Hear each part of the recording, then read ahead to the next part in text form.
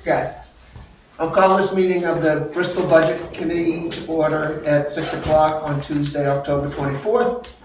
And we will start right in with new business. And our first order of business is to hear from the select board. Pledge of allegiance. Oh, I'm sorry. See, you were supposed to remind me. Just said it. Charlie, why don't She you did 2 minutes ago. She did 2 Wow. minutes ago. Charlie, would you lead us in the Pledge of Allegiance, please? I pledge allegiance to the flag of the United States of America and to the republic for which it stands, one nation, under God, indivisible, with liberty and justice for all. Yes, you can see my intentions. Yeah, I Squirrel. So now that we have taken care of that, thank you, Sue and Charlie, we will move on to our first order of business, which is new business, and our first item is to hear from the select board to receive the select board's proposed budget for fiscal year '24, which will kick off our deliberations. So, Sean, would you go ahead and start us up? Thank you, Mr. Chair.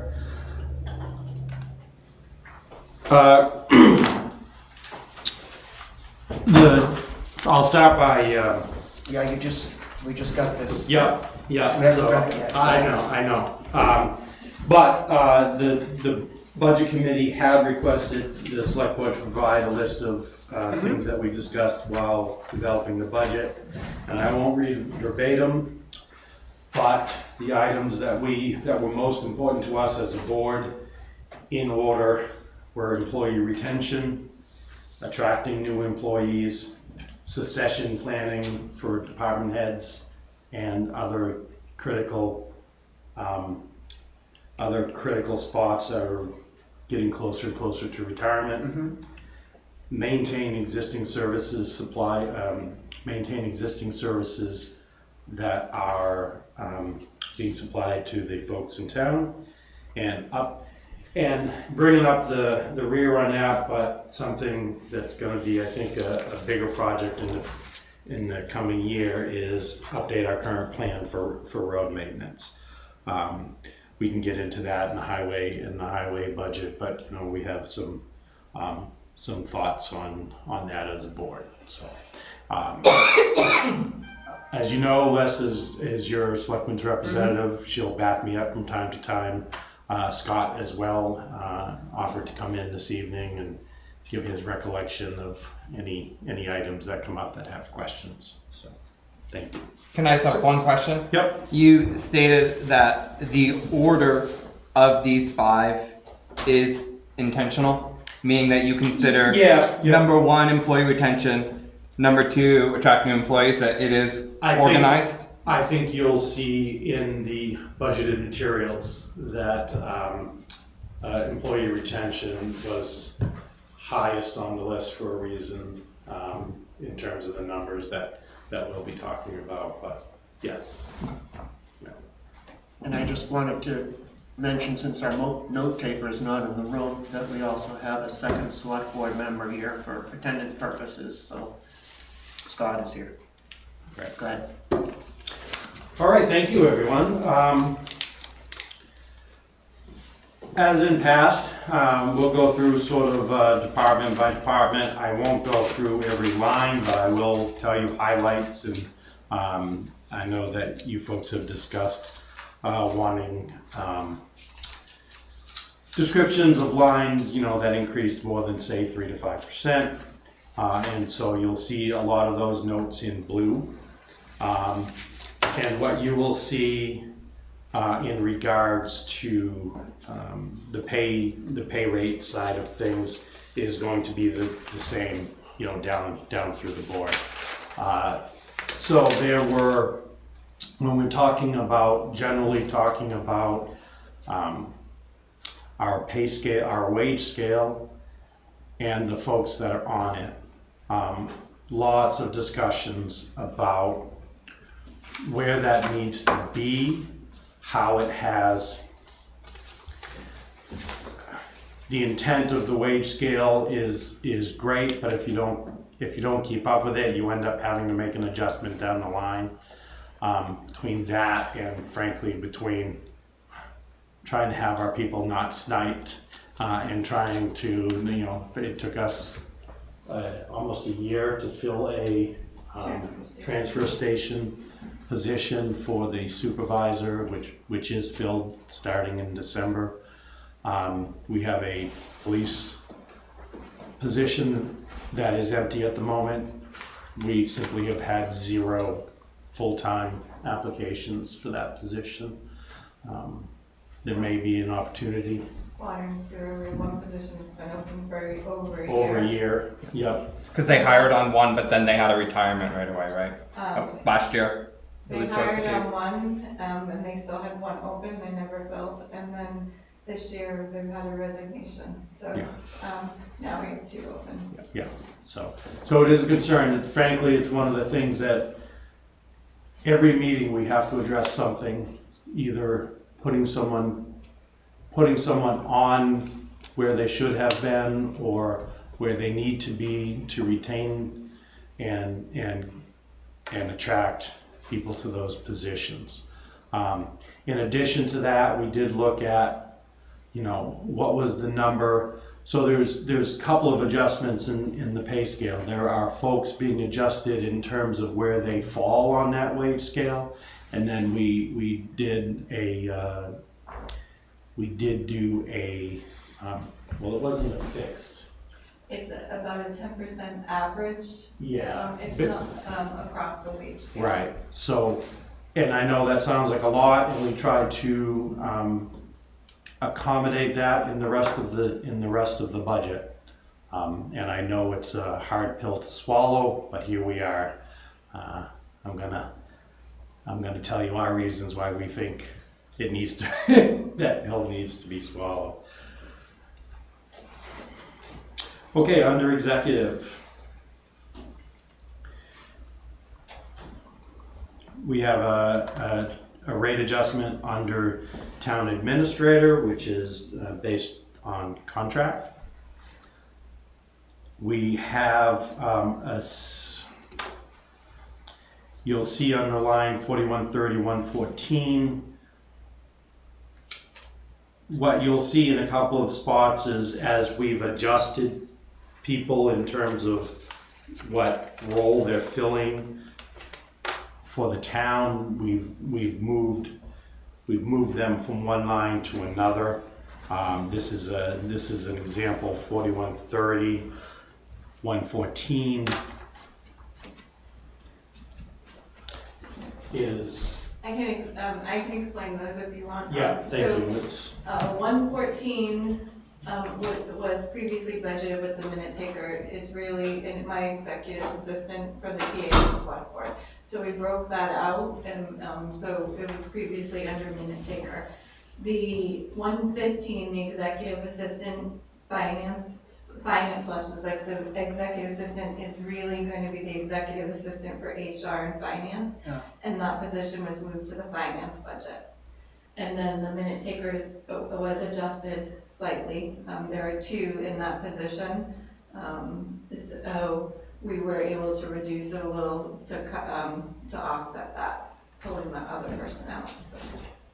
I'm going to ask you to stop for just a second. I Yep. want to check with the rest of the committee. So I sat through the last 4 select board meetings, so I've been listening to the select board talk about these things, so this is not new to me, but this is also going into a little more detail than I personally would want. At this point, I think I want more of an overview. Okay. When we get into the detail of executive, we're gonna be meeting with Christine, and we get into the detail of the road, so I wanna check with you guys. Do you want to go through this like line by line, which Sean is starting to do? I think we wanna actually. I'm happy to not do that.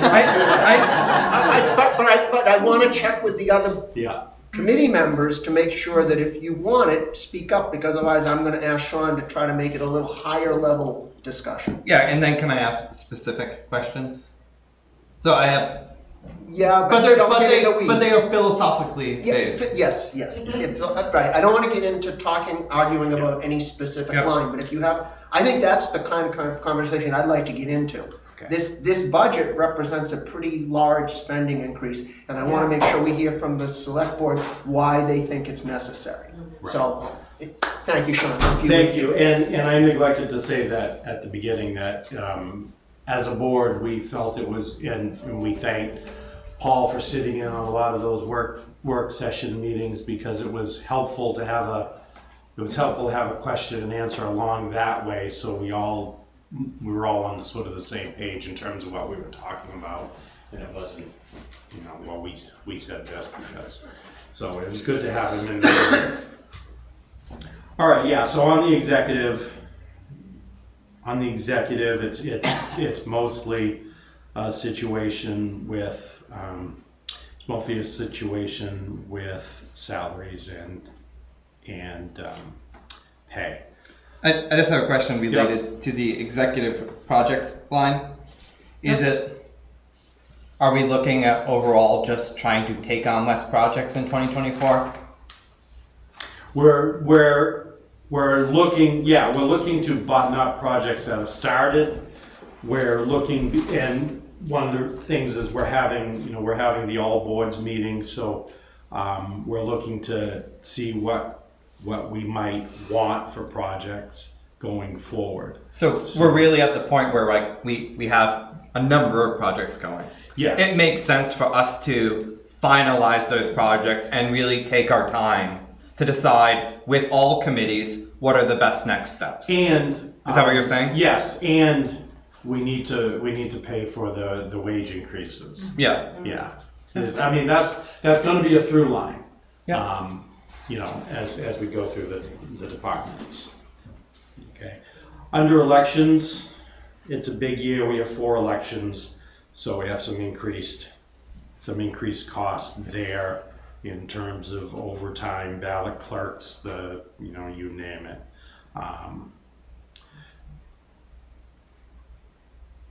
Supplies Yeah. and goods, New postage. voting machine. Yeah. It's all Yes, on. and a new voting machine. Ballot counting machine. Thank you, yes. And has the state approved models that we can purchase yet? Because I believe they were deciding what they thought were going to be acceptable. Have they done that? I hope they have, because we talked about it was coming when we were making that decision. They did, and it's actually gonna cost $500 more than we have budgeted. We just found out today. Of course. And we don't have enough, will not have enough supplies to be able to keep repairing. The old, right. Financial administration. As you. Yeah, we know. As you know, we're currently without a finance person. We are contracting that out, and that is going fine. As a board, we're having an internal dialogue as to whether we have a finance administrator, HR, or a finance administrator, part-time HR, or some combination of the two. But what you see in here is a placeholder, because we have to talk about it and budget for it. We'll make the numbers work regardless of the right direction that we go in the coming months. And what we can find, right? And what we can. Because we want to find a good person. If that good person can only do finance, that's what it is. We'd rather have that done well than anything else. Yeah, and so that's set up here as it was in years past, and may or may not change, but in terms of the budget, this is what we're putting forward for that. And just to qualify, we also need to make sure we have an HR person Mhm. that does it well. Yeah. So-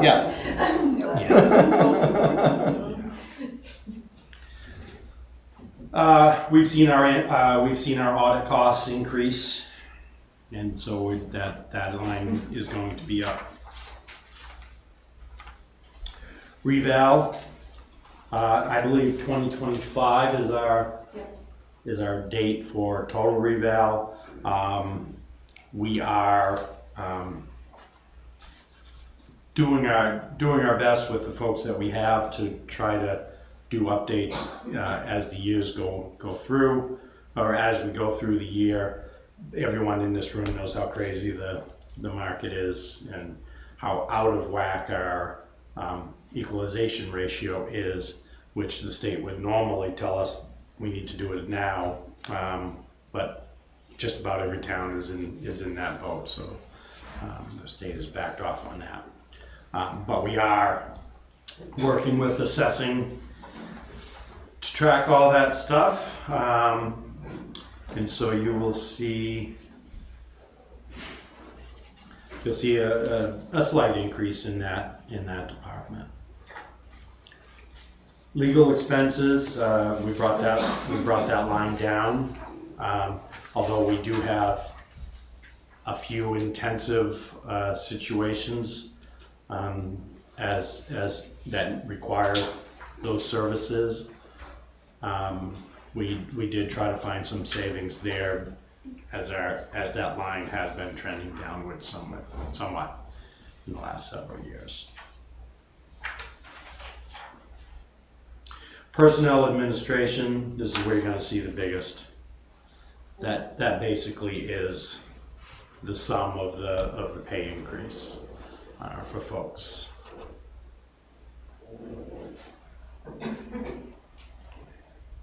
You're talking about from 81,445 or whatever it is to 271, is that what am I looking at here? Well, bottom line from 751.4 to just over $1 million. Total. Yeah, And that includes, we've had increases in health insurance, that includes health insurance. unemployment comp, and workers' comp all increased as well. Health insurance was a 14.6 Yeah. last we knew. Yeah, guaranteed maximum is 14.6, but we won't get the actual number until March. Correct. It won't go any higher than that, so. It may be lower, but we'll.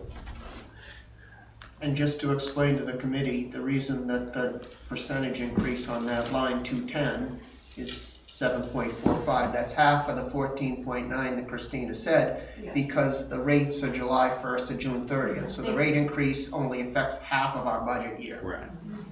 okay?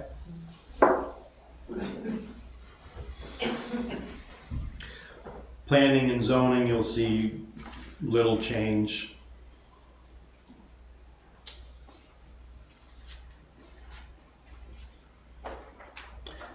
Same as mapping.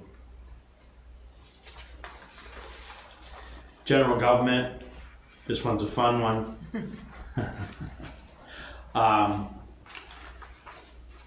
So in this department, you will see, this is where we pay for most of the electricity that the town uses. We actually budgeted that down a little bit from last year. And we also had a discussion that there may be a little bit room in that line as you folks get through there. We were going to go back and revisit it, but we didn't before we did the final vote. So there may be a couple 3,000 in there that we feel pretty comfortable with. Heating, town hall, and then you will see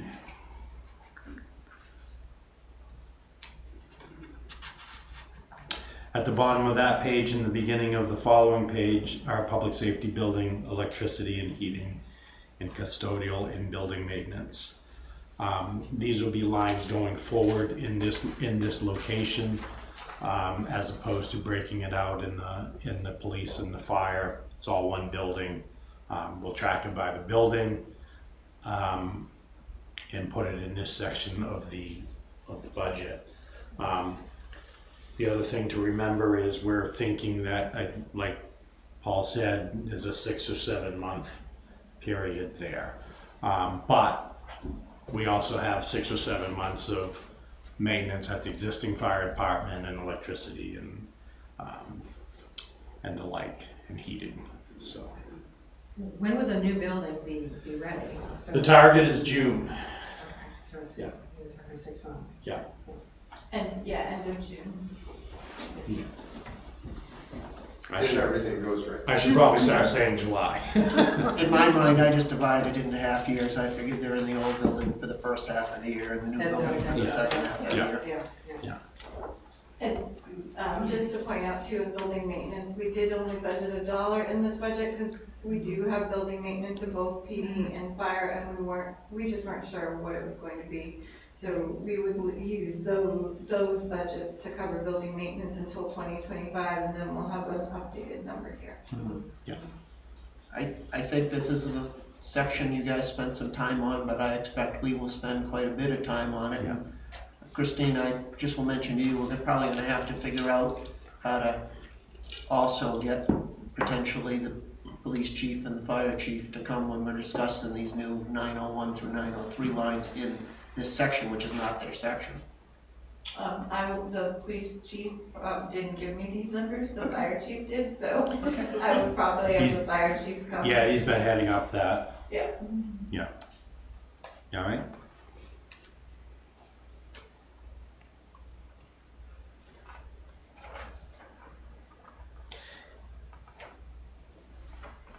Cemeteries is the same. Insurance up slightly.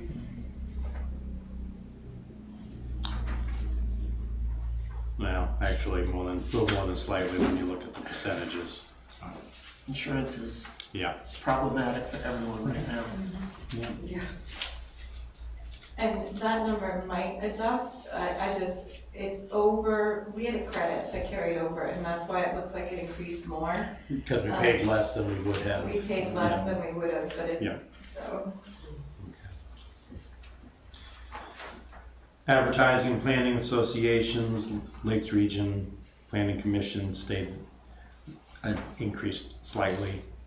And then the municipal association, stayed the same.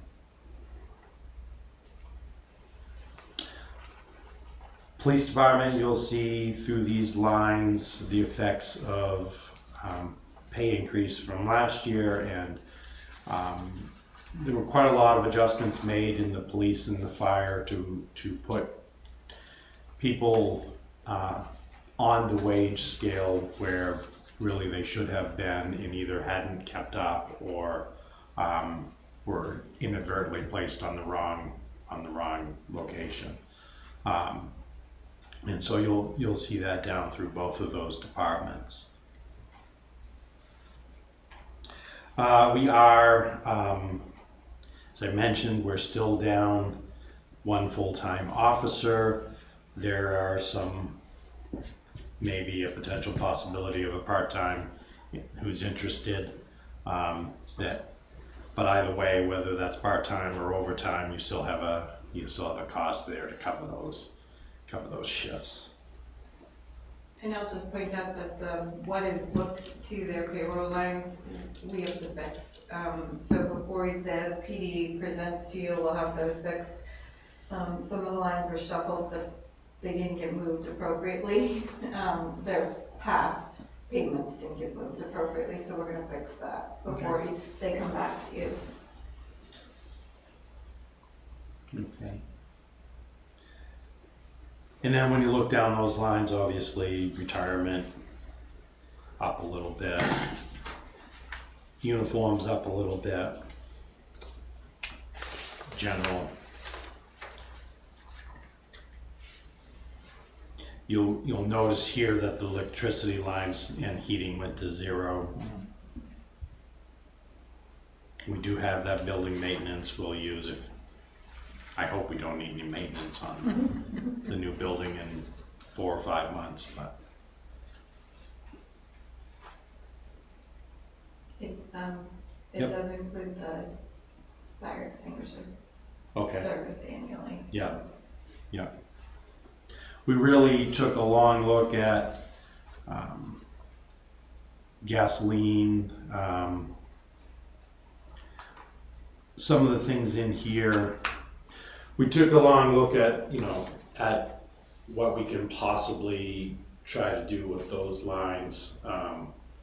It's just, it's so tough to try to fit. Although I think we have a more stable environment in the coming, well, that was before all the fun in the Middle East, but, so it'll be interesting in terms of what gas does, but.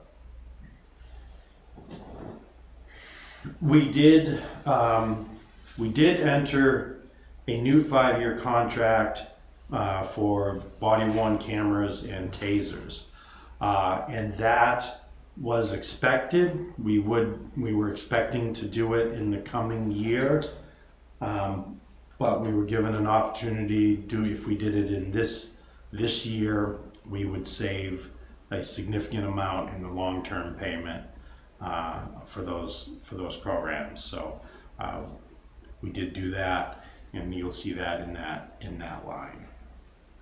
That's why that increase.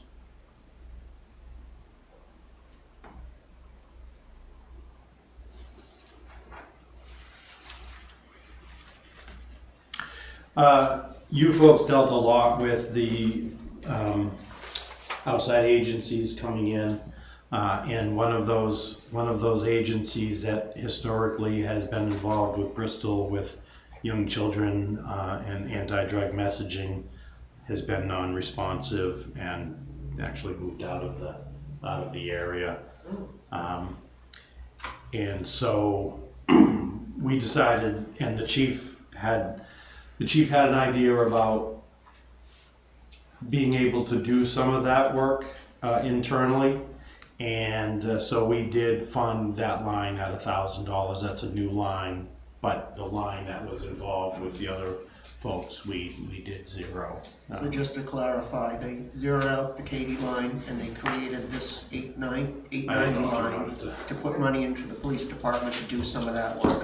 Okay. But it was half. So- you did $1,000 savings money. Yep. And really a test run to see if What it's we can do. effective and what they can do, and yeah. So.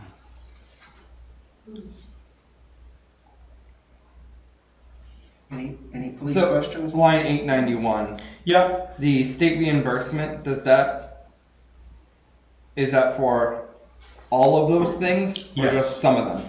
all of them, Okay, so all of that's packaged into us yes. eventually paying 8,000 and the state eventually reimbursing 26 something thousand down the road. Correct. Can you tell me where were you just looking? Line 891.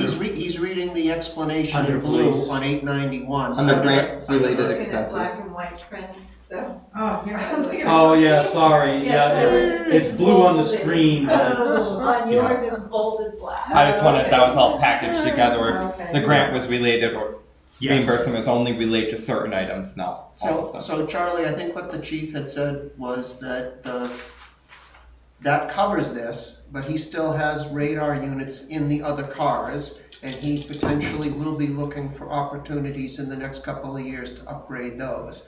But he got an opportunity here, this is a good deal, and he didn't want to try to cram it all in, because then the number would have gone really high. So Yeah. it covers all of this, but he's probably gonna come back next year for another bite at the apple. Right, Hopefully he's gonna get another grant. right. Well, there is a need to replace some. Oh, I'm equipment. just, There is. I'm not Just be- saying, I'm not saying it's wrong, I just wanna make sure everyone knows. Excuse me. Okay, and then fire department. Same thing on those upper lines regarding pay and increases. Retirement up, similar to police, about 7%. Can I ask you, where were you looking comparably from 85,000 to over 100,000 with a 17% increase? Where were you looking, or where was anybody looking around what area? I mean, just this immediate area up to Concord? Where were we looking to make the pay comparable? I'm sorry, for line Line 42, 110. Yeah, starting 2110. with that one. Yep. There's a whole bunch of them. Okay. I think the question is, generally speaking, Yes. how did we consider we were about 10% filled up? This is different. I- These were increases that were approved for 2023 already. I think she's referring back to. Yeah. Yeah. When we offered a contract And then in that contract historically, actually, we followed for the last few years, the chief followed what everyone was doing in terms of COLAs. And then we negotiated this rate, and when you look at similar departments throughout the area, and to answer your question, Susan, I don't have the names of the towns on the top of my head. I'm just trying to find Yeah, them, we'll sorry. see if we can get that for you. But it was inequitable for the job that he was doing in that situation. I might have an answer, let me just see if this is the right thing.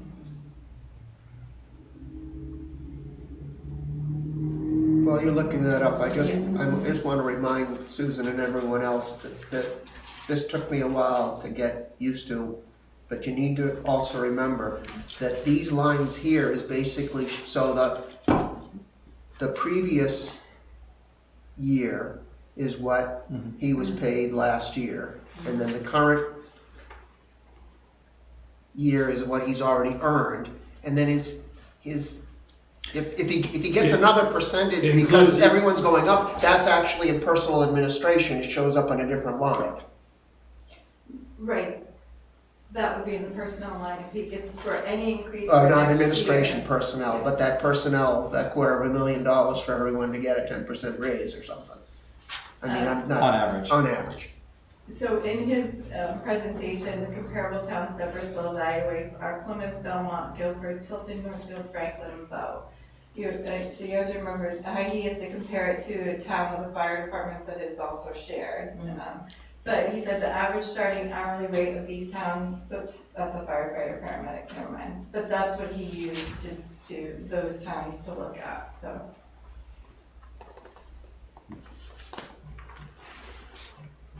A lot of conversation. Yeah, so the average annual salary of the fire chief in these towns is between $82,900 and $110,000. And he gave a range from our wage scale, and that's where he ended up with the select board, so.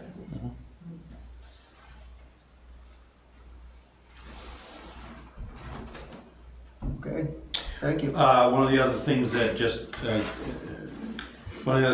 has come up in our discussions with the fire department is less and less participation from call firefighters and having to have more part-time coverage because of that. It's been getting tougher to get the call folks as involved as maybe in decades past.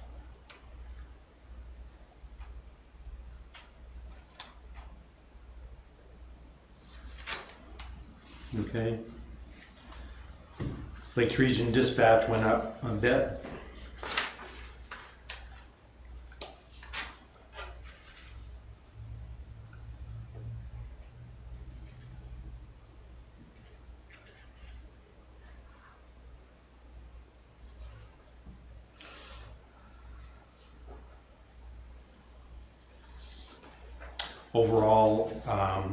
Overall, a just under 8% increase on the fire department. So I want to ask you a leading question for the benefit of the rest of the committee. I know that it's not decided and there's still lots of discussion to go, but do you have a anticipated or target date when the select board will make a decision on what is going to be done with the old fire department building? We don't have a hard date, but we actually do have a scheduled conversation in non-public regarding the fate of the former fire department at our upcoming meeting. We do that in non-public because it has to do with the sale of public property, potential sale of public property, and the details of that need to be. So it's not going to be pushed off till late in '24. We actually, hopefully, will hear something during this budgeting process and can take that new information Yes. into account. Just Yes. want to make everyone aware that that might be some big news. Yeah. plus or minus, I don't know, but we'll see.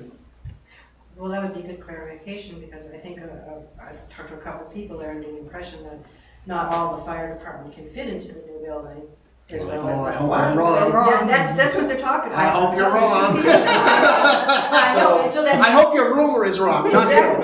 Exactly, and that they store the extra trucks in the old fire department. Well, that's what I said. We don't. I heard that. That's news to me, and as a taxpayer, I will be pissed. That's what people like talking about. So the facts are, when you combine Yeah. the square footage of the PD and the fire department, this new building, I believe, is, the number I heard was 7,000 square feet more. Yeah. So Yeah. 7,000 square feet is a lot of space. Yeah. So they built it to last us 50 years in its Right. design, so. I believe once they Ben did his homework, so Yeah. it's, until you walk it, it looks small from the road, Yeah. until you walk it. Well, that's why I think a lot of people sing it from that area, from that. So it's just hearsay. Yeah, So that's- let them talk at the coffee shop and say, just wait till it opens and you'll see. Yeah, I don't We say. added the bump out back in too, which was supposed to be to accommodate The bigger, the bigger, so. The longer vehicle in Gave front. the longer vehicles a little more space by adding that bump out back Yeah. in, so. Yeah. But I guess I just wanted to flag it, because I think that it's potentially a big piece of information, and we'll count on Les to keep us informed, because she'll tell us everything the select board's doing.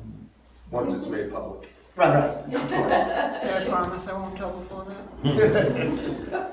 Well, sorry, I'm too used to. Did you get a call that I made? Who you asking, I Scott? got it. I got it, and I'm gonna share it with them at the select board meeting for you, Walter. The talk in the coffee shop is important. That's where people are talking. All right, let's wait for correspondence and handle it then. Well, no, you gave me, a message came to me, and I'm bringing it to the select board at their next meeting. Okay. Okay, we're on to highway. Okay. We had folks pretty well on scale there, so there weren't a lot of big adjustments in terms of the wage scale for the highway department.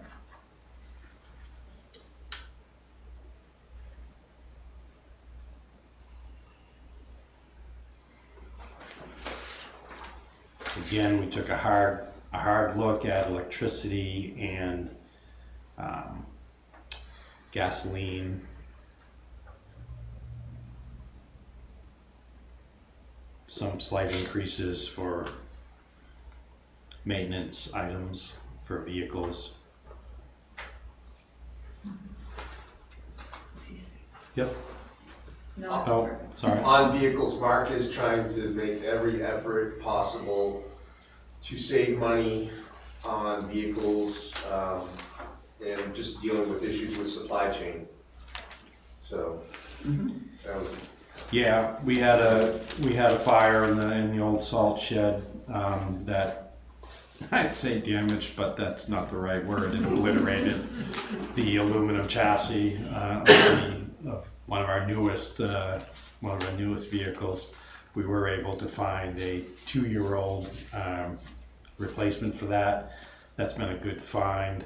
We were able to sign a purchase and sales for a new, I think it's 550?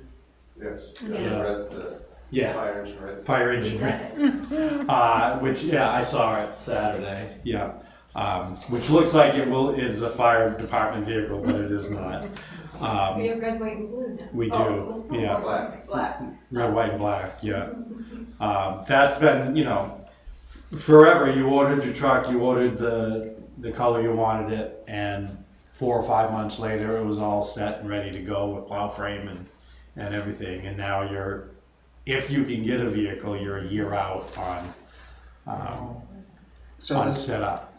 This, just for, the story I heard from Mark is he was budgeted, he had money in this year's budget to buy a truck. And he went to the dealers and the manufacturers, and they basically said there is no truck available. when we're simply not making enough. We're not making enough, there's no way you're gonna get a truck. We had it So, ordered. so he put in, he Canceled it. worked through administration and Christina, and they actually put in a purchase order for a truck for next year, because get in the queue and get one.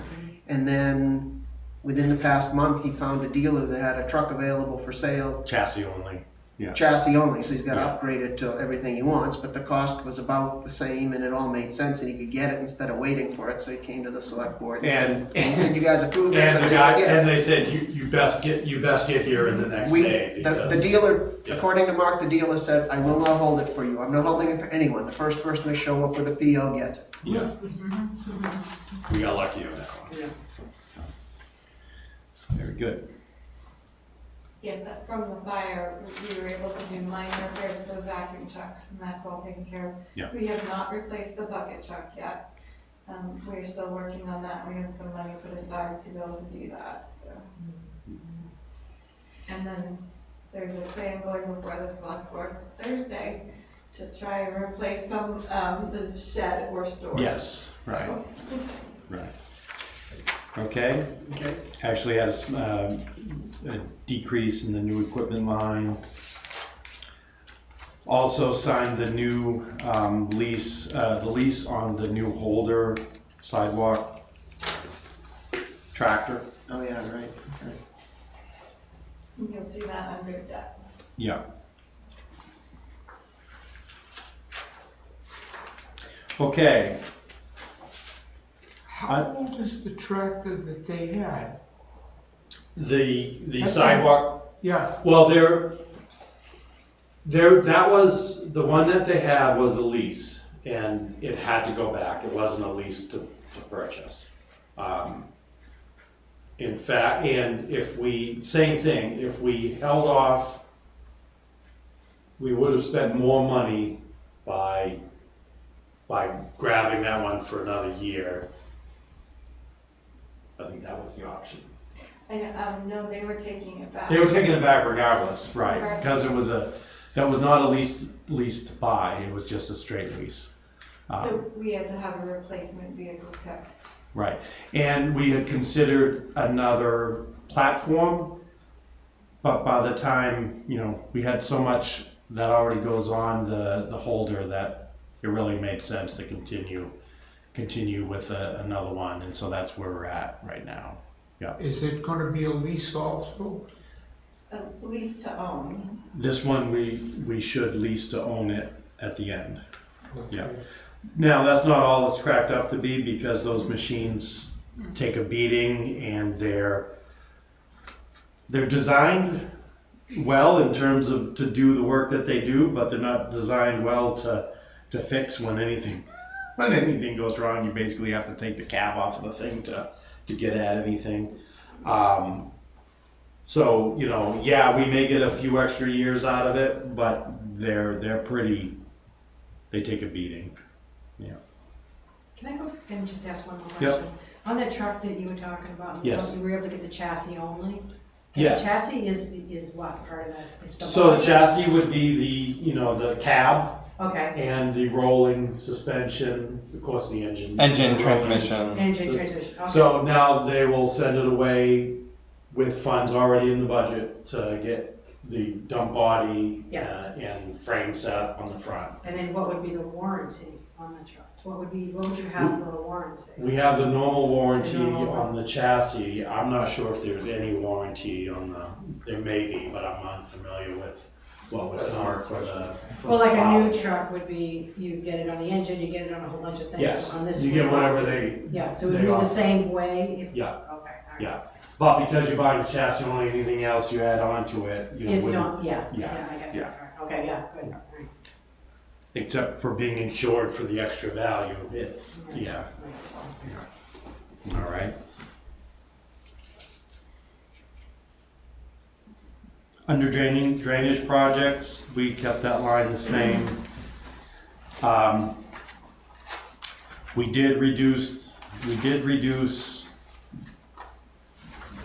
both in terms of what was budgeted for last year and what was originally proposed by the department on the resurfacing, and we did basically eliminate chip seal for this year.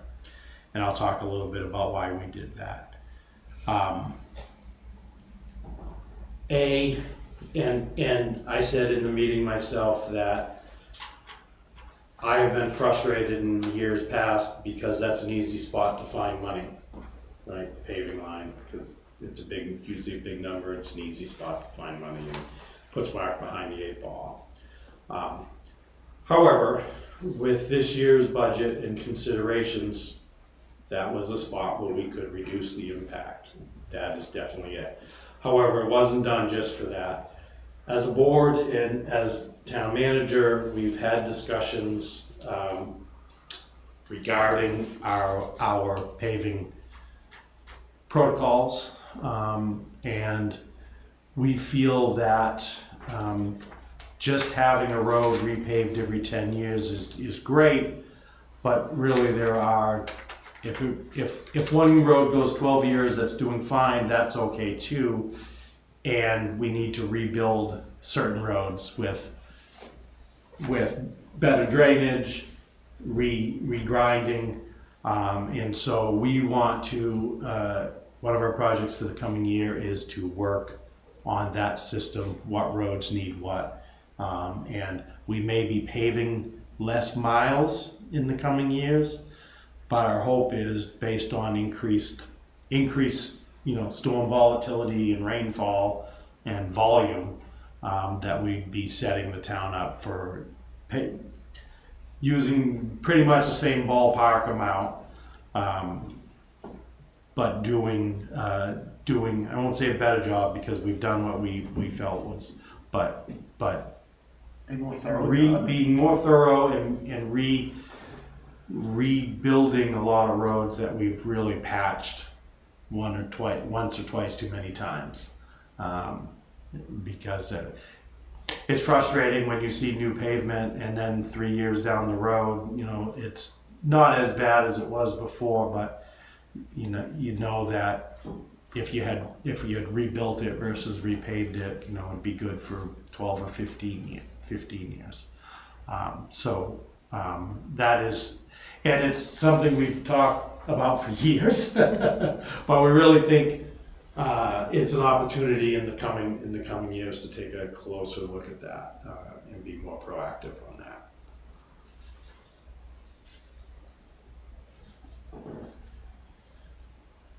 And we needed to find some money. There's no question about it. And I would say practices have already changed from the highway department. Yeah, You can tell their business and what they're expecting as far as drainage goes yeah, has changed. yeah. They're starting to take Increased culvert increased size. actions. And, They're yeah. changing the material that they Yeah. use on the side of the roads. They're going to a greater coarser- diameter, coarser, so it's less in- likely in to those wash trouble away. spots. Yep. Because the Absolutely. water is this. It's nothing like it used to be. Yeah. So Much more intense. It, yeah. it Well, just you comes. live on one of Literally, those just comes roads. out of the woods. It just comes out of the woods. Oh, it does. I don't know what to tell you. And it's so quick. Yeah. In 10 minutes, it can go from completely fine to part of the road's washing out. Yeah. So that's where we're at there. Moving down to solid waste disposal.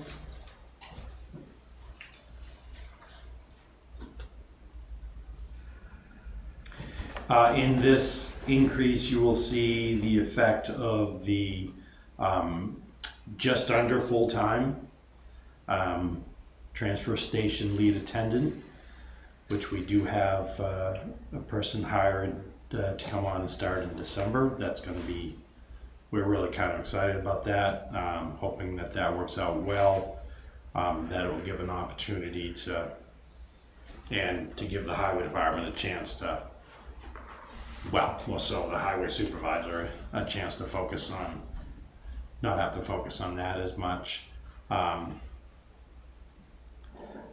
Excuse me, in the course of that hiring, we've, through attrition, there are less people working there in terms of the number of part-time attendants over time.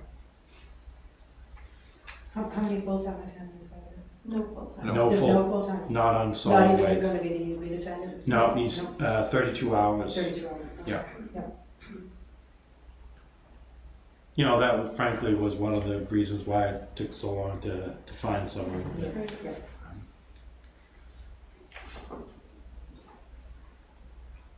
Okay. Who wants to delve into fire betterment? Next. Okay, land use. I can't begin to tell you the level of activity that department has seen. Even just, I mean, really going back like 5 years. And frankly, what a good job they've done to keep up with everything and to perceived or reality, be a friendlier contact for businesses, really a desire to let us know what you're thinking. Here's everything that you need. Here's everything that you need to think about. So that's worked out well. We've had some transitions in that department, and they've spent the last year getting up to speed. And frankly, I think they've done a fantastic job. It's been a lot for them to take on, basically both of them starting from scratch.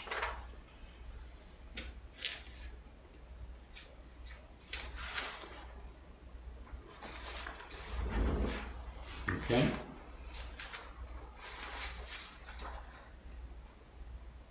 Animal control is an interesting line. I remember years past being on the budget committee, and that number was pretty high actually. And then we had a deal with Kenny's Kennels, and it went to almost nothing. And then they're not in business anymore. And currently we have to go to Lebanon, and basically one animal will overshoot that line. But we do have an agreement with another local, talking about an agreement with another local person who's willing to do it locally and much cheaper, and so we kept that line the same. Under health agencies, the board, like you folks, discussed quite some time on the visiting nurse, the two visiting nurse associations, and we did feel that it was appropriate to fund a little bit less this coming year and reevaluate the following year. So you'll see. Well, I'm sorry. So you It's not funded less. It's funded less than they asked for, and it is up a little bit from last year for Lakes Region Visiting Nurse Association. Right. Both Yep. agencies asked for more money.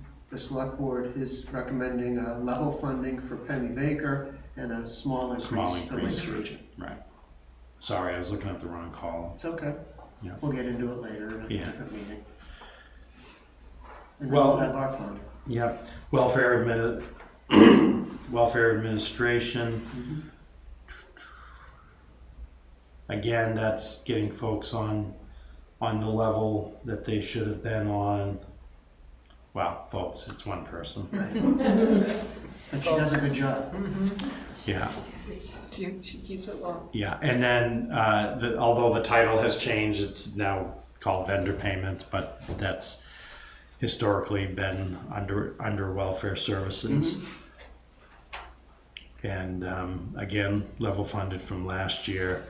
I don't believe, I know the cost, the current year actual will increase by the end of the year.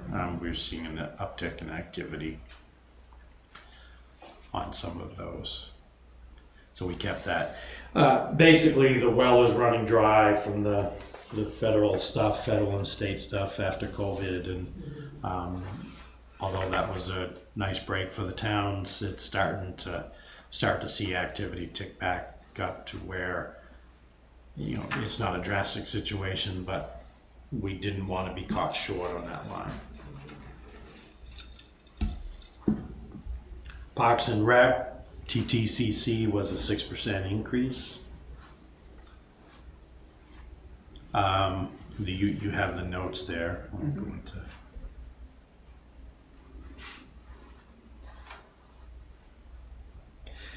Beaches is interesting in that basically level, well, it's up 4.5%. But we basically were not able to fill the positions that we had. Fortunately, we had in terms of the budget, had a rainy, not in terms of everything else, but fortunately we had a rainy summer, and there were a lot of days where they just didn't have to work or didn't work because of that. So we didn't get caught short there. Right, but the department is asking for the same staff, Yeah. even though they weren't able to fill all those positions, and that's what we're being asked to consider. Yeah. Under Kelly Park, historically, master plan is one line. Under Kelly Park, you'll see the same funding from last year. As noted, there is a project that they're working on. They will encumber funds for this year to be included with the funds in the next year's budget to get that project done.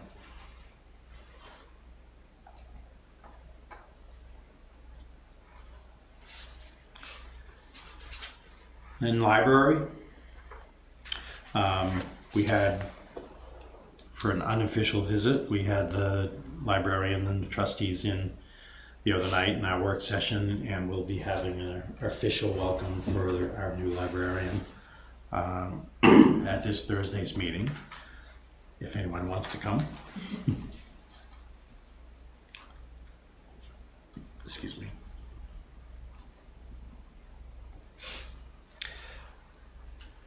The library and the trustees pretty much mirrored what the town was looking at in terms of pay scales and pay rates, and they've adjusted some internal stuff in terms of increases.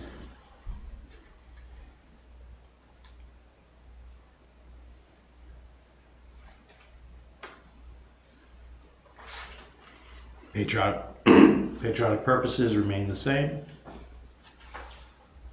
as did Conservation Commission went up. It's a huge 133% increase, but it's $400 for additional water testing. For additional maintenance needs, things like the gravel that was placed at the spring. Because if you had a regular passenger vehicle, it was pretty treacherous getting off the edge of the road there.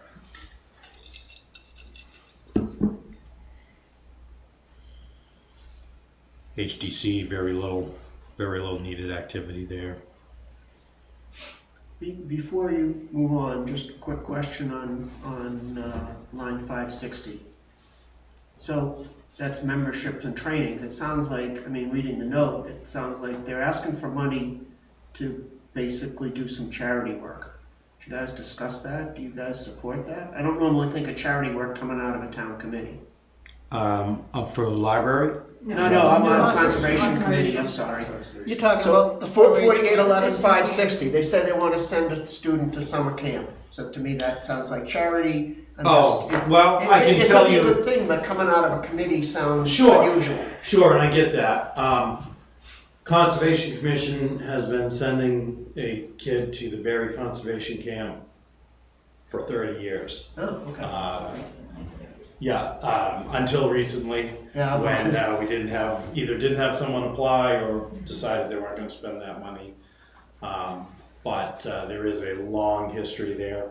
It's up to you whether you think that's valid or important, but it's not without a lot of history. Okay. Yeah. I wasn't aware of the history, and I just wanted to know if that's something you guys, it's a small enough number you pay attention, or it's something you actually do see and you've approved it, so you are supporting it. Yes. Okay, thank you.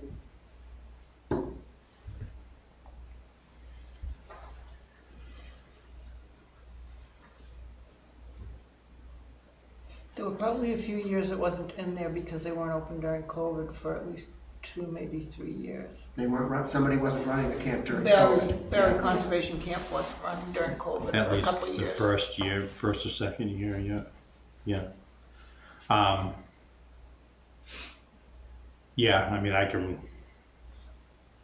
forget what year now I started on budget. But it was there then, and it had been there for a long time before that.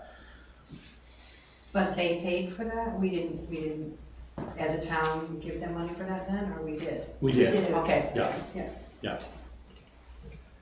Just my timing is bad, being on this committee for 3.5 years, I'd never seen it before. Exactly. Yeah. Okay, that's it. If anyone else has a question, speak up, otherwise I'll ask you to move on to Historic District. Historic District, we're actually not meeting until next year, so there's not a lot of needed activity there. So that line has actually reduced from the previous year, small amount. EDC went up. No, yes, went up $250 for Energy Committee. It was relocating it from the executive budget to this budget. Okay, yep, thank you. And then outside agencies, we've done what you, Other than Katie, I don't think you made any changes. that's right. Yeah. The debt is what the debt, yep. Oh, You did Passaquoddy, they Passaquoddy. bumped Passaquoddy Garden. Yeah. Yeah. Yeah, we did. I think that's my fault, so you can blame me. I was there when you did it, it was your fault. But well deserved. And then we have our debt service principal and interest. Yeah. Don't need to spend a lot of time there, we can't. There's nothing we can do about We can't it. cut those, we're not defaulting on bonds, so move on. There is potential adjustment on the 997 line. Yeah. Both, until we know for sure exactly what we have to finance, we have to Right. put in the worst case scenario. So that Right. number might have some wiggle room in it. That number is based on, there are three legs of our financing stool for the sewer project. And we have 2 yeses and a yes, but We need more. we need more information. And we'll get to you when we get to you. So that's where we're at the moment with that. And then one line has dropped off, is that correct? To make the last payment. It won't show on there because it's not, right, we retired debt service on the library that Yes. dropped off? Yeah. Right, it's not gonna show up there because we're not making payments on it, Right. but it's Right. not there compared to last year. Yeah, that was a big part of the argument justifying the public safety building, so I Yeah, mean, yeah. it went off and we replaced it with a much bigger. Right, but just making everybody aware, Yeah. right? The new system, you'll see more history going forward, but setting up this system, some of the history isn't showing in there right now. Okay. Okay, and then we did, although we're hesitant to do it, as everyone knows, but we did put in the interest on a tax anticipation note if that is needed. I remember talking to Bob about this, hopefully we never do it, but if we need it, Right. it's good to have. It's come and gone over the years. It was pretty much standard practice for a long time. We'll just get a TAN. And it's only $1,500 interest in the entire budget, but it sticks in the crop that we would borrow money to pay our tax bill, basically, to pay our people while we wait for tax bills to come in. So it's been much better the last several years, keeping those things under control. We can talk about water and sewer. There is a fairly sizable Overall increase. overall increase. Keep in mind that that is an enterprise fund, and they can only budget if they can make that money, or vice versa. So, A lot of their increases are the same: unemployment, Right. workers' comp, wages. what health insurance, Yeah. wage line, and the cost of chemicals is gone up. You're back. Okay. Did you forget something, or are you Class is staying? canceled. Oh, excellent. Well, the step merit increases though, from 6,000, is that what we're saying, went up to 21,000? This, do you want me to explain? Yep. Yes. So they are not included in the personnel line. Water and sewer increases, so they're included with the whole plan, Yeah. but we have to budget their increases in water and sewer budget. Okay. So they're not included in that personnel line that you saw up above. Okay. Just like the library. The same thing with the library. Right, okay, all right. Sorry, I should have said that about the library. Yeah, because that budget is technically approved by the trustees. Yeah. And water and sewer being an enterprise fund, you have to split that out. It's this is something we did do with the libraries. We did put their increases to match, similar to water, sewer, and to the personnel line. So if something should happen, those could be removed much more easily if they needed to be, so. Yeah.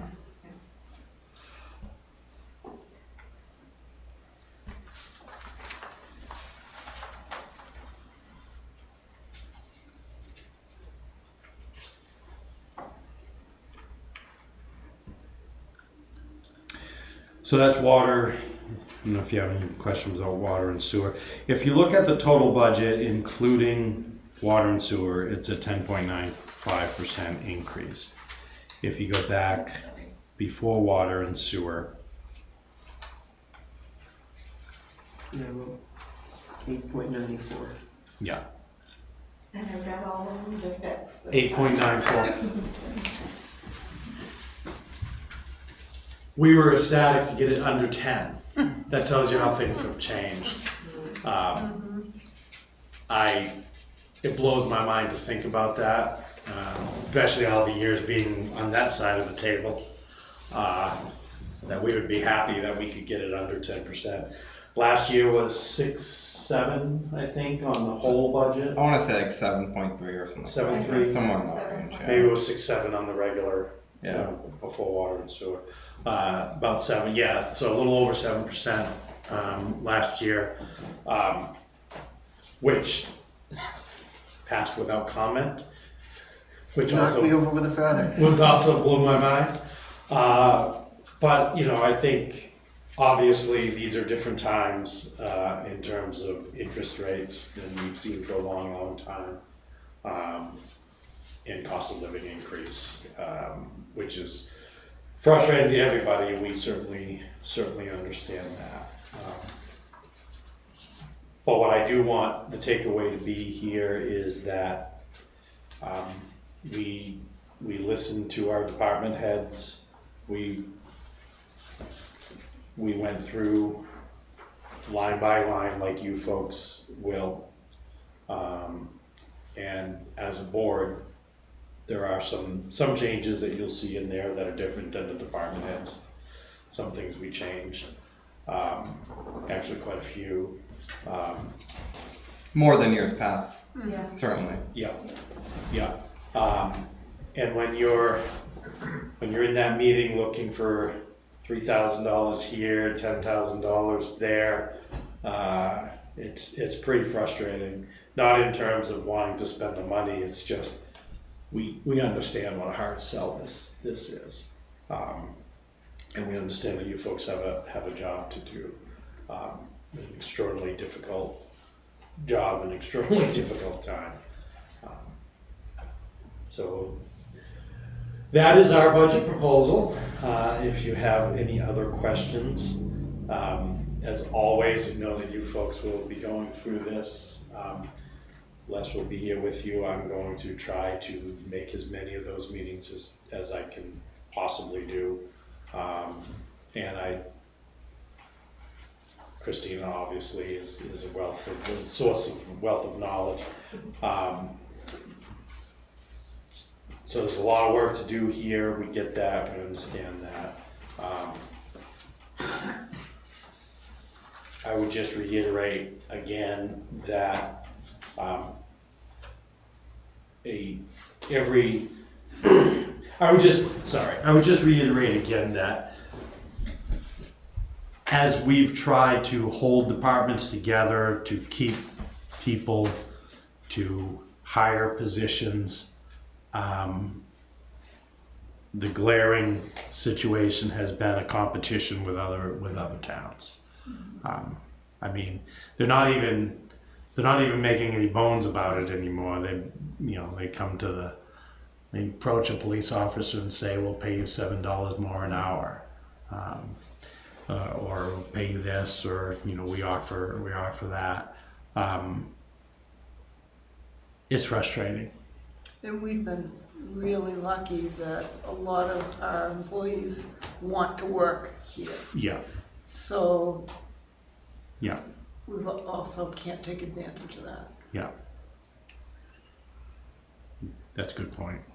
I think we also just are hitting a time in 5 years where a lot of these jobs, like fire and police, starting out, it's pretty low salary. Yeah, And I don't know how those people can frankly live yeah. off those salaries. So I think we're going to hit a time where you are going to certainly be valuing employees As an an example, awful lot. And I think if anything, yeah. let's take the right steps now that we need to make. Thank you, Charlie. To speak to that, we dropped the bottom 3 lines off of our wage scale. Yeah, you have to. Yeah, we just said Yeah. that's not workable. You can't hire anyone at that.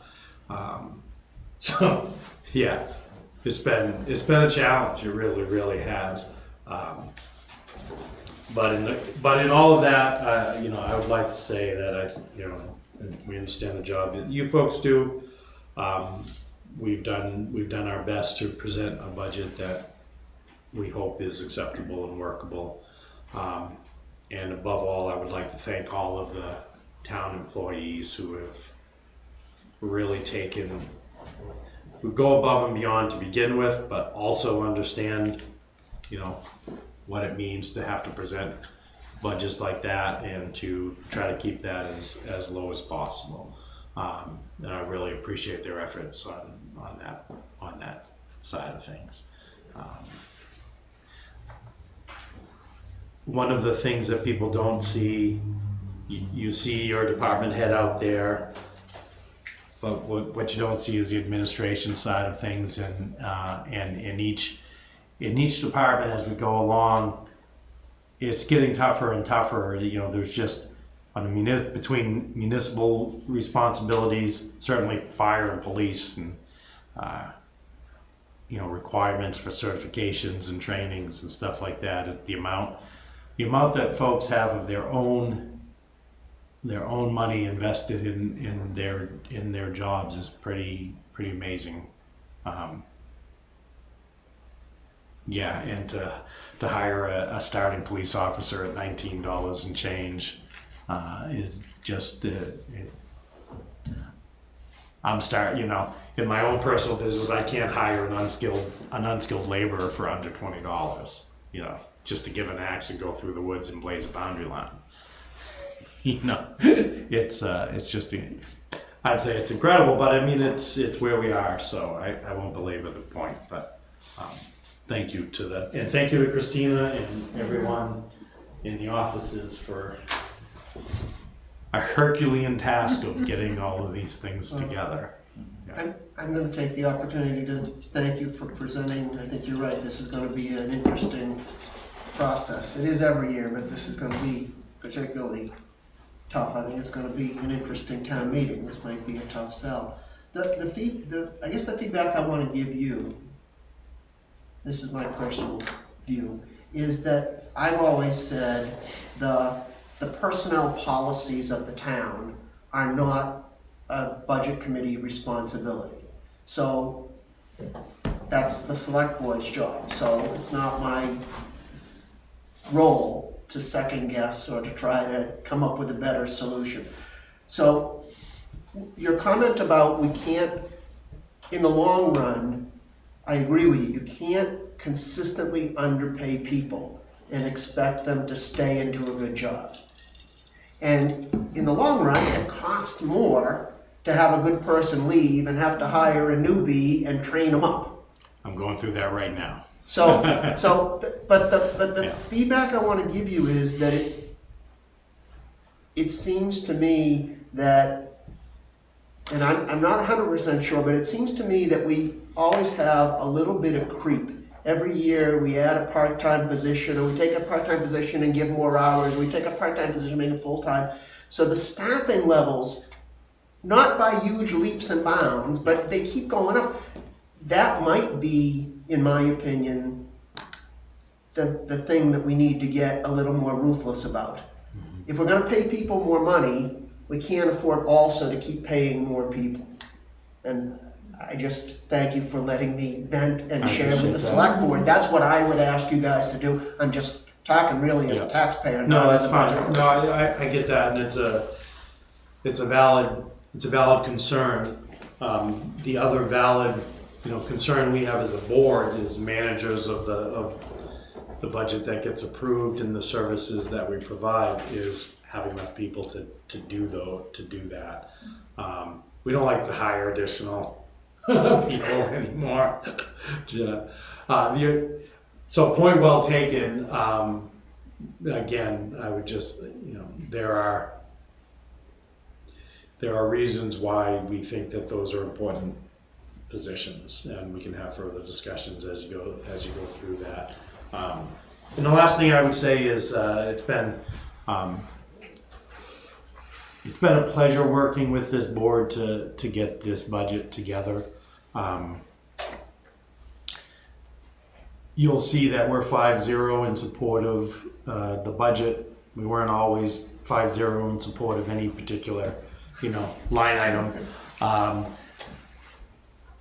And we have a pretty varied board in terms of philosophy and what to spend, how to spend money and what to spend money on. But there was really no, even with our most conservative members, there was really no talk about people not deserving these increases based on what's out there today and the situation that everybody is in. So I'll just leave you with that. But good discussions, good board, and it's been fun. Okay, thank you. To Go ahead, Charlie. your point, Paul, Yeah, employees need to have faith in their employer, who, in this town, the head employer is our select board. I think as a budget committee, we need to be careful of not undermining their authority in relation to those issues with employees of the town. Despite what you might have just heard me said, I'm not suggesting that we undermine the select board. I will say, I don't know, feeling philosophical tonight or something. I've had rough years on the select board, and I've had rough years, at that table. And there have been a lot of times when the budget committee felt that it deserved to get into the policy side of things in terms of setting the budget. So that has changed. That has changed for the better, and I appreciate that. You're right, it's not your decision to say, well, we think there should only be 7 police officers. You can go ahead and cut that line, but if we decide that 9 is where we're going to be, we're going to have to find that money to pay those people. So you do have a job to do. man, I do appreciate that comment about, you know, undermining our policy and because that gets tricky and contentious quite easily, and you can talk about your budget without and make those decisions without you know, getting into that realm, and this board has done a really good job of that the last several years. So Yeah, I don't think that we've ever I should say thought committee. about that, or even, Yeah. that wouldn't even come up. I don't know why people said that. So I did make the comment, I'm pretty sure I made the comment last year, Yeah. that we Yeah. don't really, I think I wasn't in a committee meeting, I think it was at the town meeting. yeah, And I said, as a committee, we don't really even discuss the wage lines because it's not our job to decide hiring levels and pay levels. We get that. We go over more of the expense things. yeah. And we don't, because it's not our job to figure out how many people should be working in a department or how much employee X should be getting paid. And I don't think we've ever done that. I think our job is to just Well, make if you the go budget back, work. if you go back So that- 8 years, somebody might have done it, but we Maybe haven't after, done it. maybe Oh, yeah. about 4 years ago, beyond me, because Yeah. it's not. So I just think that it's our job to make the budget work, and if that's the need versus want, if that's the need, that you have to, you know, raise the wages or whatever, it's just hard to explain to the public why. And you know, there's a few people in particular always, that's what always comes up is, why do they have to get that much more? Why is that? There's a huge gaps here. Why they're increasing, okay? So it's justified. If it's justified, it's our job to figure out how can we make that work? Yep. Where do we take Rob Peter from Paul, or whatever you wanna say, to Right. make that budget work? That's what our job is. So it's not about undermining anything. I never even heard that before. So I agree with what you said, and I just think that our job, we know what our job is, and it's tough, you're right. So if you think that I'm crossing that line, Charlie, please call me out. I'm counting on Les for that too. I'll let you know. Thank you, Sean. Anything else?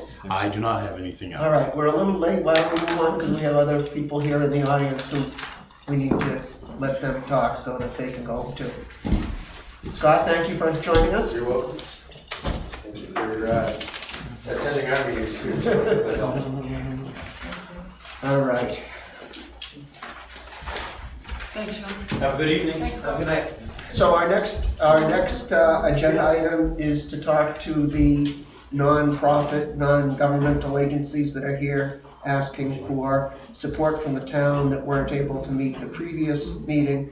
And I have Day Away first on the agenda. Is there anyone here from Day Away? Is that Sean? Yes. Are you from Day Away? Yes, Yes. I am, I'm sorry. You want to have a seat and you can give us your...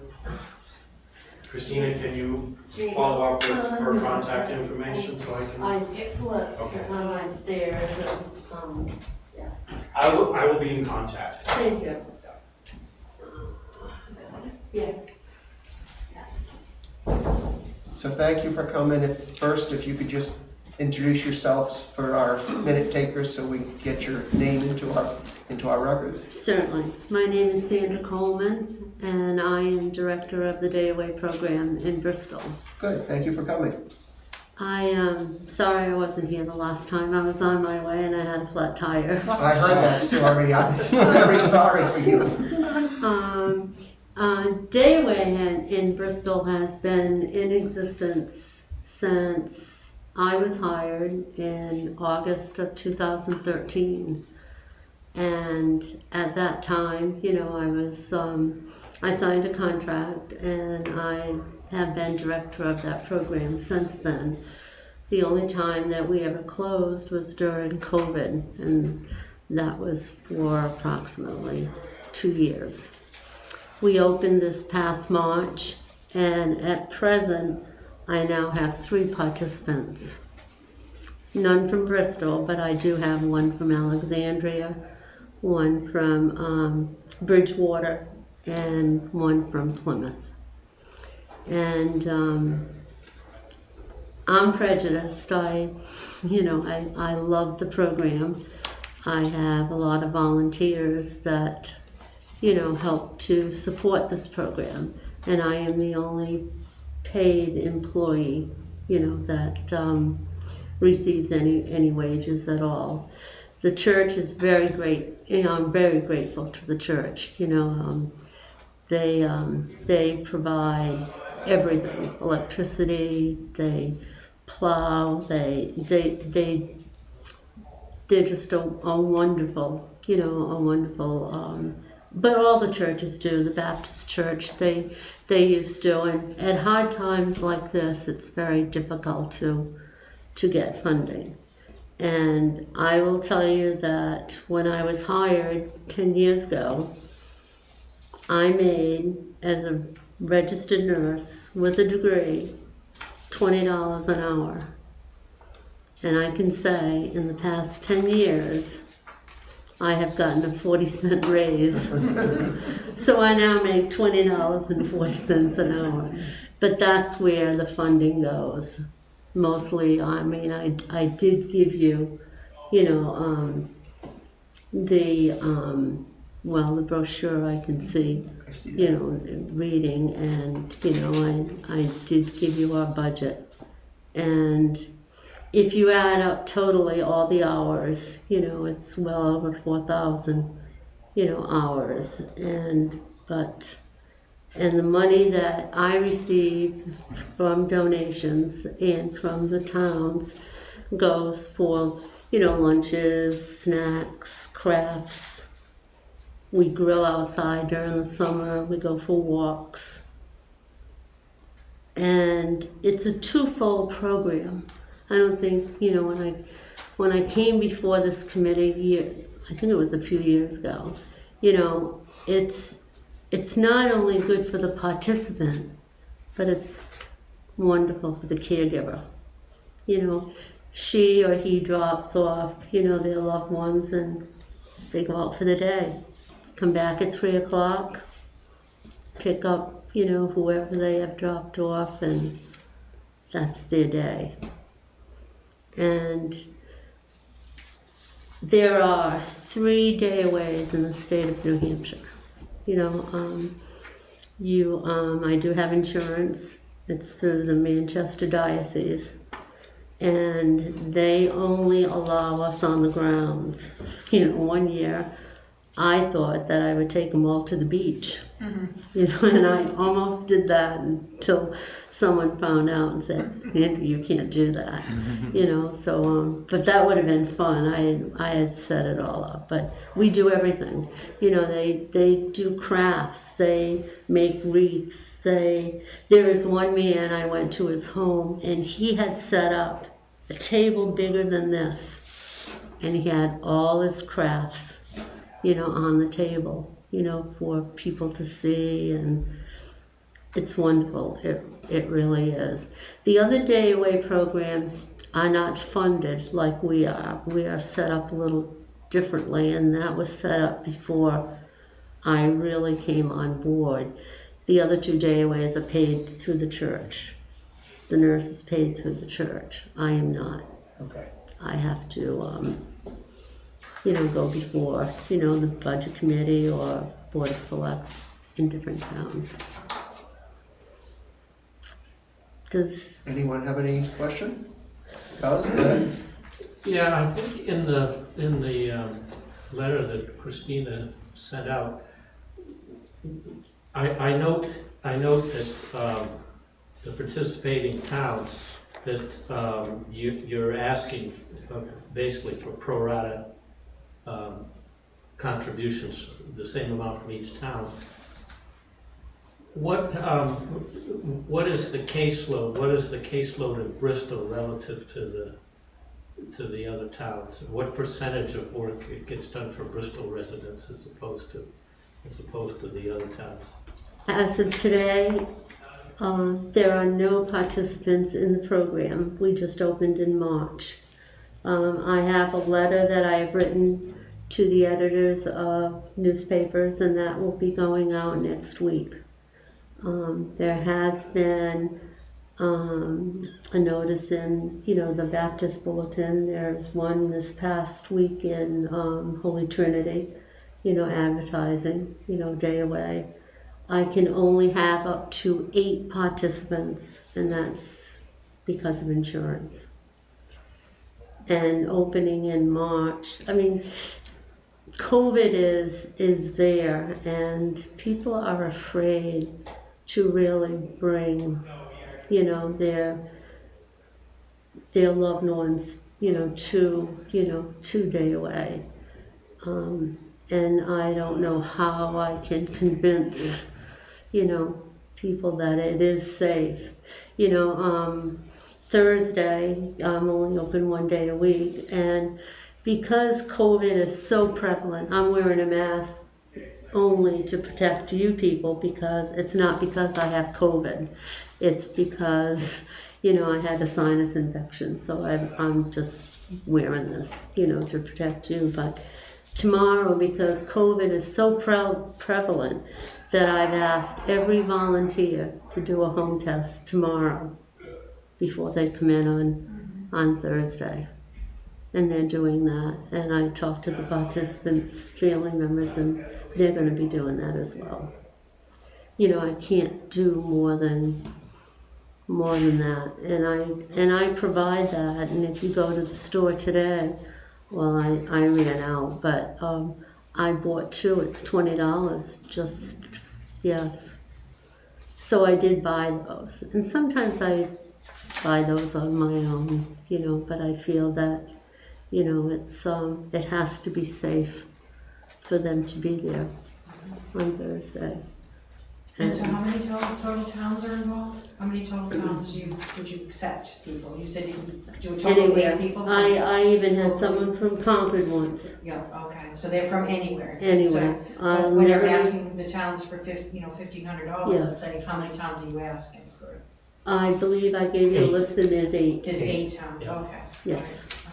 And I won't ask for any more than what I would make a year. I make $20.40, and I probably work about between 27 and 30 hours every 2 weeks. I physically go in at 6:15 in the morning, and I leave at 3:30 in the afternoon.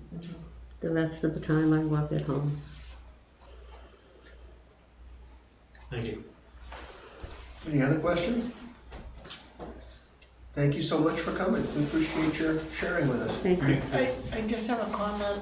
Go. As far as the tests go, I know at one point Mid-State had a lot of extra tests that people could get. They did. I called today. Oh, good. And they don't good. have any. They don't have, of course they No. don't. They don't? I They, was just they did, up here. they ordered some. Oh, And I even went to, I'm from Ashland, and I went to the fire department. I talked to Chief Heath, and they've run out. Yeah. so to your point, Les, I was there yesterday actually for just an annual physical for myself, and they had them sitting out on the table in the waiting room. I assumed they were just there available to take if you wanted them, but But don't if they worry did- about someone else's safety. I live by myself, so I can take them. They may be waiting for a new order, but they were being provided through the state. And I believe Did- The that, state just put out a link too, because I just ordered a set, it's a free one that I got, it came in the mail today. And it had 4 tests in the one package. Yeah. So I can see if I can find the link too, so. Would that mean that one individual could only get one package? I think through the link, yes, but there might be, I can put their address in and get it. Alright, I can do that. Sure. Good point, Les. Yeah, that's something that should be able to be available, I think. Okay. Thank you. thank you. Thank you for the work you do. Yeah. Thank you. It's needed. Well, I know this has nothing to do with Dayway, but I do have another clinic too I have for the elderly on Friday. All right, and that's at the senior center. Okay. Thank you. Thank you. So next on our agenda is Bridge House. Hello. We do have someone from Bridge House. So. Yes, Oh, you have something for I us do. to? I have our annual appeal. Okay. Thank you. I won't trip on any of these wires. Yeah, please be careful. I will absolutely be careful, I promise. Hello, thank you. Can I get an additional one for Janet? Oh, yeah. Oh, yes, absolutely. Thank you. Christina, do you want one? Do you want to purchase? sure.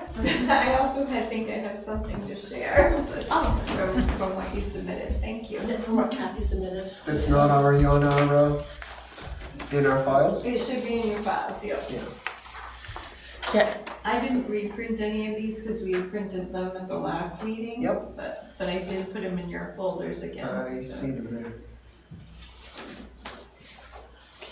So again, before you Yes. start, just read your name in so Sure, our yes. minute taker can get. hello, get my you. name is Judy Drake, and I do prevention and outreach for the Bridge House Homeless Shelter in Plymouth. And Kathy Bentwood, our executive director, has a board meeting tonight. She sends her regards and apologizes that she wasn't here last meeting, so I'm here in her stead. Well, thank you for coming. Thank you for having me. So you have in front of you the appeal letters that go out to all of our donors, and we bring them to events. We have permission to share photos and stories of people that come into Bridge House. So right now, as you can imagine, in the housing crisis that we have, our Bridge House is full. In 2019, Bridge House opened a permanent supported housing unit, which is congregate housing, where there's a common kitchen and a living room. And there's 6 units, and they have their own room with a toilet and a sink, and then there's 2 shared bathrooms that are handicap accessible. So that has been a godsend for people who have lower income and who are eligible through like a Section 8 voucher or a housing voucher to live there. So 4 of the people that live in that unit are low income and eligible for that housing. So I'm not sure what Kathy sent in for the budget, but I think, so she has our sources of support for last year, and our revenue. For those that aren't familiar, Bridge House gets a very small amount of money from the state to operate as an emergency shelter. I think it's about $60,000. And so the rest of the funds are raised through operating ladder thrift store, step ladders, and flipping furniture in Plymouth. Okay. Because if the state shut down tomorrow or the funding stopped, we have to have a way to support our people and not throw them into further crisis. So that's sort of how we operate and how we pay our expenses. And we have about a $500,000 a year budget to operate the shelter. And our staff is pretty minimum. I think we have 5 full-time staff or less. To run the shelter, provide individualized case management services, and then I do outreach. So I've been doing that since January. And I think in the past 3 years, we've helped 7 residents from Bristol at Bridge House directly. We do have a person that was sort of functionally houseless in Bristol, like couch surfing, living in a camper, that sort of thing. And we were able to get them into rehab just last week, and to get them connected with mental health services, which was really needed. And I have a person that I'm working with as of last week who has been homeless in Bristol. So I work with them in prevention because the shelter is full, so we don't have any space to take anybody else, but I'm trying to get them housed through outreach. So. How long has That's your it. shelter been full for? A really long time. So we don't keep a wait list. So if we do have an opening, if a family leaves or if someone is able to find housing, and that's part of like what my job is there, is to develop like landlord connections and relationships. And I mean, we've had people that have been there as long as 3 years. Our goal is to get someone, a job and housed, but with the housing market, there's nowhere to move them on to. So Hence the name Bridge House. Yeah, To bridge. exactly right. Yeah. So, I mean, we might have a vacancy for a day and then it's filled. So I would say that we're sort of full all of the time, like functionally. Yeah, like we don't keep a wait list. So we have people calling from all over the state for beds, Concord, Manchester, Nashua. People that are staying in motels from like Berlin are waiting for space to open up family rooms, that sort of thing. So we have a lot of activity. It's a really busy place. So, I don't know. And we do send more funding requests to all of the towns in Grafton County. I think only about 30% choose to put it in their budgets and is approved to donate to give to Bridge House, those appropriations. But we appreciate any funding request that is sent our way to help our operating costs and run our shelter. So The rest is the audit report, so. Oh yeah. So if anybody has any questions, I'm not Kathy, but I'll do my best to answer any questions if anybody has any. Just so there's no time limit, they can stay there when you said they was someone as long as 3 years. Yeah, I mean, yeah, because we couldn't, because of their criminal background. Right.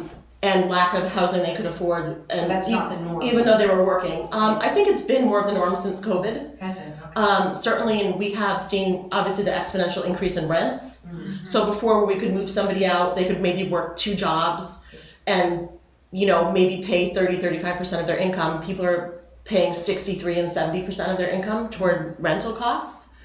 And I'm seeing situations where people from other agencies in the southern part of the state are able to fund, let's say, 2 years in a rental spot here for someone who needs that. So it's taking away available spaces for people in this community. So I think our mission now is even more crucial to provide that support. So you're saying agencies like your own almost competing for Well, low not income other shelters, housing. but other social service Yeah. agencies. Yeah, absolutely. That has something that just sort of fell on my radar about 2 weeks ago, and I was shocked. Yeah. I shouldn't be, right? I mean, at this point, but it's sort of crazy out there. People that are with their families and can't leave motels because they literally are spending all of the money that they make, even though they're working, you know, trying to keep their vehicle on the road. And it's been one thing after another for a lot of our residents, you know, in Grafton County especially, because you have lack of transportation. And then people that are coming up from southern New Hampshire come here and they're housed, but they don't have transportation. Maybe they don't have driver's licenses. They maybe don't have an income. So I'm having to support them and basically start from scratch to provide services for people to maintain their mental health or physical health, and then try to make sure they're not hit on the side of the road when they're walking or, you know, that sort of thing. So yeah, it's a lot, Yeah. but it's fun and important.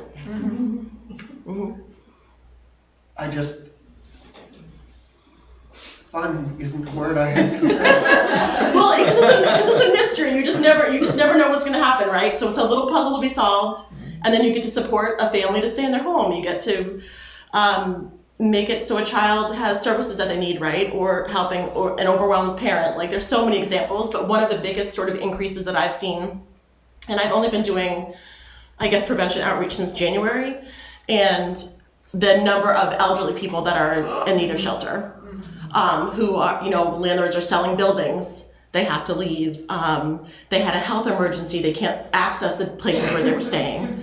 And then all of a sudden they're thrown into homelessness because they've been unable to work. They have an injury, like for instance, an amputation.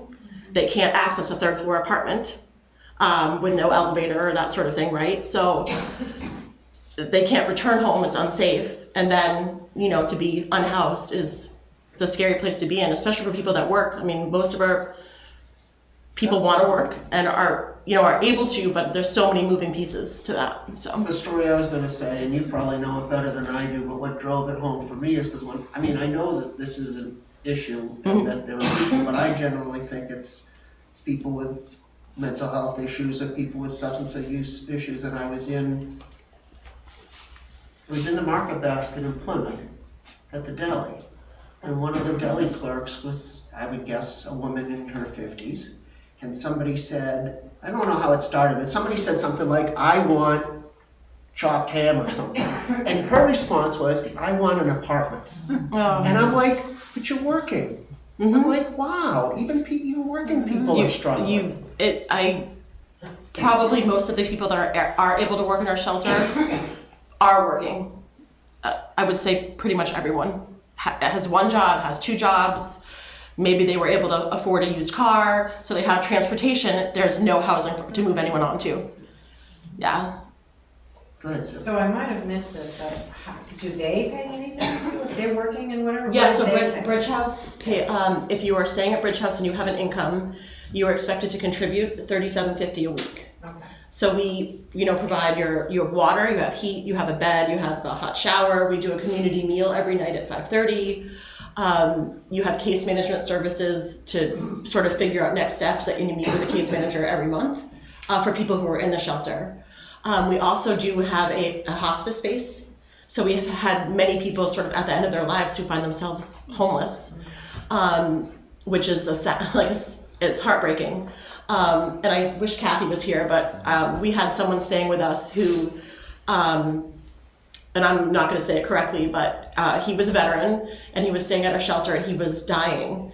And he got to reunify with his children. And he said, I never thought dying would, like, I'd be so loved in dying, or I'd feel so good in dying. Like, so Bridge House really provides a lot of support, and we do have a special commitment to veterans. Through COVID, I worked at Boulder Point Veterans Housing in Plymouth, and so I would go there 5 to 10 hours a week through COVID, and just sort of stopped working there maybe like this March. So I worked there for like 3 years supporting the veterans there. And of course, if they called me, I would still, do whatever needed to be done. But so providing that support, even though Bridge House didn't really have an obligation, but we have really a commitment to all of our communities, but especially veterans who, are maybe finding themselves limited income, with disability, disability, mental, physical, whatever it is, and then, not having families and support systems. Most of them have come from other shelters, or not unstable housing situation. So we also are the only shelter, I think in the state, that allows a veteran, as long as it's socialized, to bring in a cat or a dog. Oftentimes it's their last family member that is left. Sort of all of those bridges have been burned. So we've had people bring in their cats, we've had people bring in dogs, and we sort of just try to support people wherever they're at, but we do have a special veterans, commitment, so. So that one meal that they get the community supper, that's the only meal, the rest they would have to pay for? So yeah, they would go, but we have a food pantry, essentially, a community pantry, so people could access that, in addition or in between other pantries that were available. So we do have a community pantry that has, dry goods and things like that. So people, and when people donate to Bridge House, sometimes people will give a gift card, and we'll go get milk, bananas, cereal, bread, so people have access to those. We put those foods out, and then everybody has access to it, so, yep. Anything else? I know it's a lot, I could talk all night. Oh, it is. It's emotional. I can see you. I was talking about all my people all day. So thank you. Bristol's always a huge supporter of the Bridge House, and whatever is voted in and approved, we appreciate anything that's sent our way to keep our lights on and keep our people housed. So All right. thank you so much. Thank you for Appreciate coming. it. Thank you. You too, thank you. Thank you for what you do. Oh, of course, I'm happy to do it. Absolutely. All right. And you're Tri-County? I am. All right. So we'll thank you for waiting, and we'll give you a shot. There we go, I brought party favors. All righty, thank you. Which includes our fiscal statements for the last 2 years, and it's the budget committee. I'm sure you're gonna wanna look at those. And Janet also. Oh, we have a, Wait, okay, I have more. Thank you. I have more. we have a 7-member committee, and our 7 Okay. members in here today, I so have- Walter's I have collecting. Brought a your- couple extras. Thank you.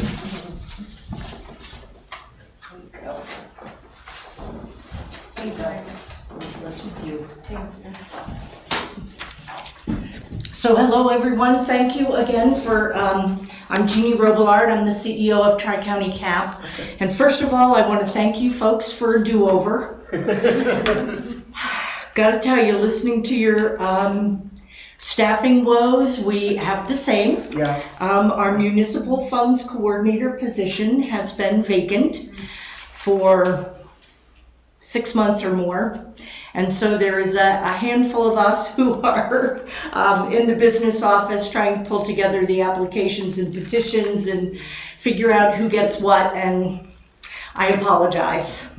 Well, you're here now, so we Yeah, we're doing the best we can with what we have, which is pretty much what everybody's doing these days.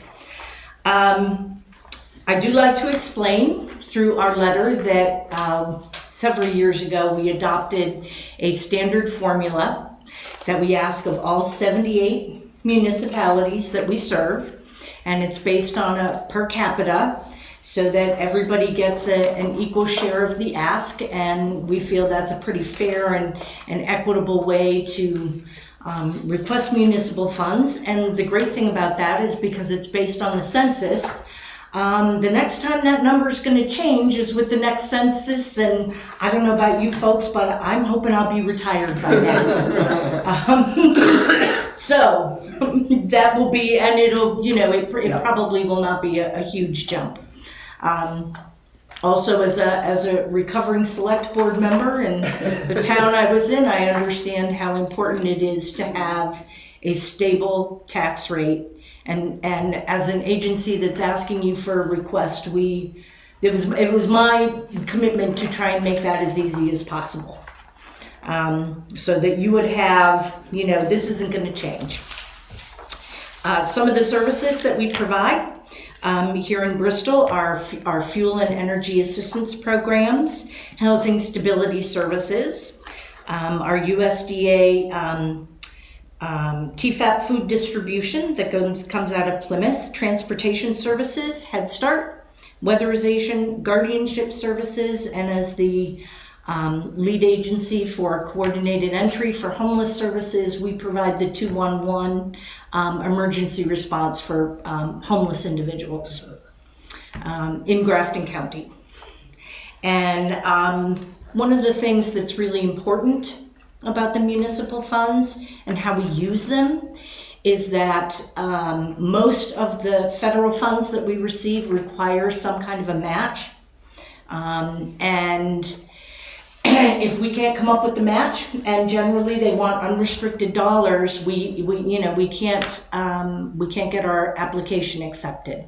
So municipal funds are the way that we leverage those other state and federal funds and get them to work in our communities.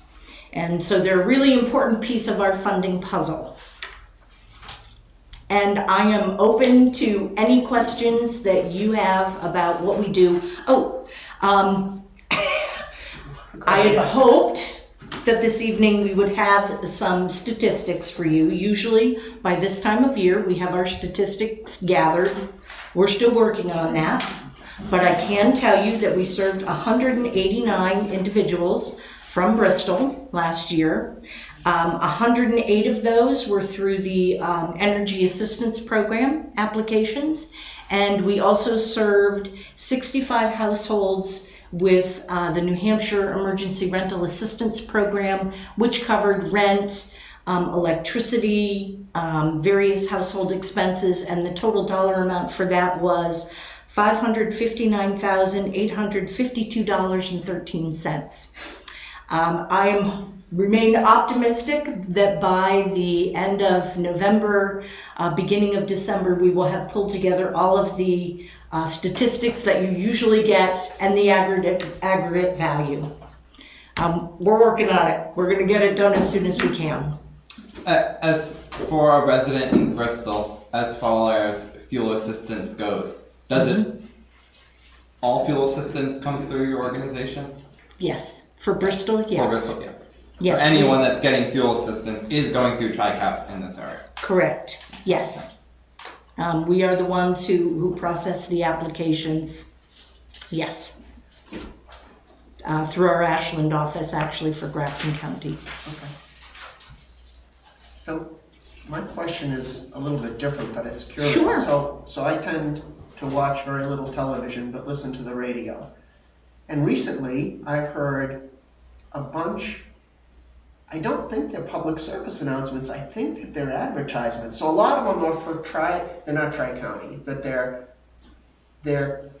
what is it, Belknap, Merrimack? Belknap Merrimack. Belknap Merrimack. You're But I've listening heard- to NHPR? No, I'm listening to the Hawker, the local radio Okay. station. But I have heard one or two for TRICAP. Are you guys actually, if you need help, contact us. Are Yes. you guys actually running adverts? Yes. One of the things that we did through COVID was, and we'd been working on this for a while, was trying to come up with a centralized way to link all of our offices together and our agency together, so that you only had to call one phone number and you would get any of our services in any of our offices in the 3 counties. That was really important to us. So we have the number now. It's on our outreach materials. And one of the best ways we felt to get that out to the public was to do, some radio ads. Here, it's one number, connects you to all of our services. So you don't have to remember what the number is for the fuel assistance office or for weatherization or for Head Start or for homeless services. Just call this number, 1-888-NH-TCAP, and you're going to get somebody who can help you. Yes. Okay, thank you. I heard it. Cap is 5. Oh, it's, Which yeah, one do you one, skip? When you- 1888. Hang on, you're looking at the cover. But Buzz, Oh, I see. Yeah. Yeah. Yeah. You Yeah. got the dash in there. Yes.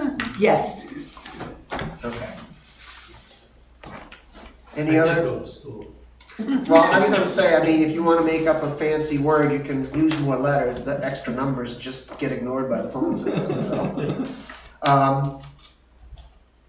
Any other And truly, questions or- all of the financials are in our annual report, and I thought you would find that helpful.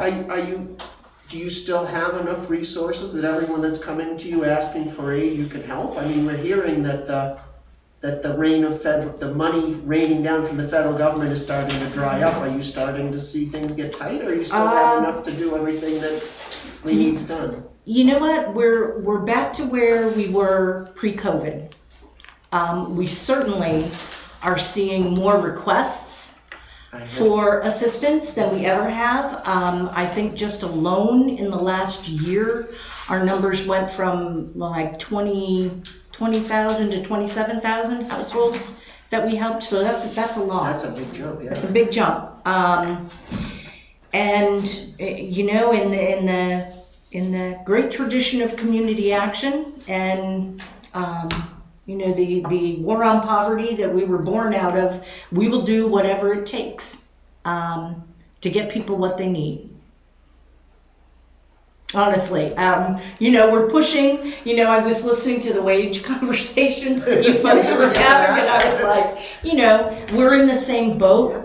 You know, we need more staff to accomplish more work because there's more demand, but our funding sources really have not changed. You know, we got this great infusion of COVID money, which was fantastic. It allowed us to keep going. We never shut our doors, not for a single day during COVID, not a single service.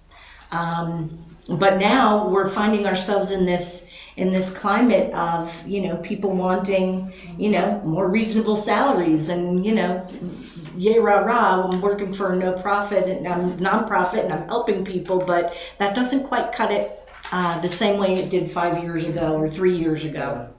So yes, like I said, we're going to do the best we can, and what we've always done. That means we get out, we pound the pavement, we do fundraising, we look to foundations, we turn over every rock that we can to make sure that we have enough to keep our services going and people served. Okay. Anyone else? Thank you so much. Sure, thank you, and again, I really appreciate the do-over.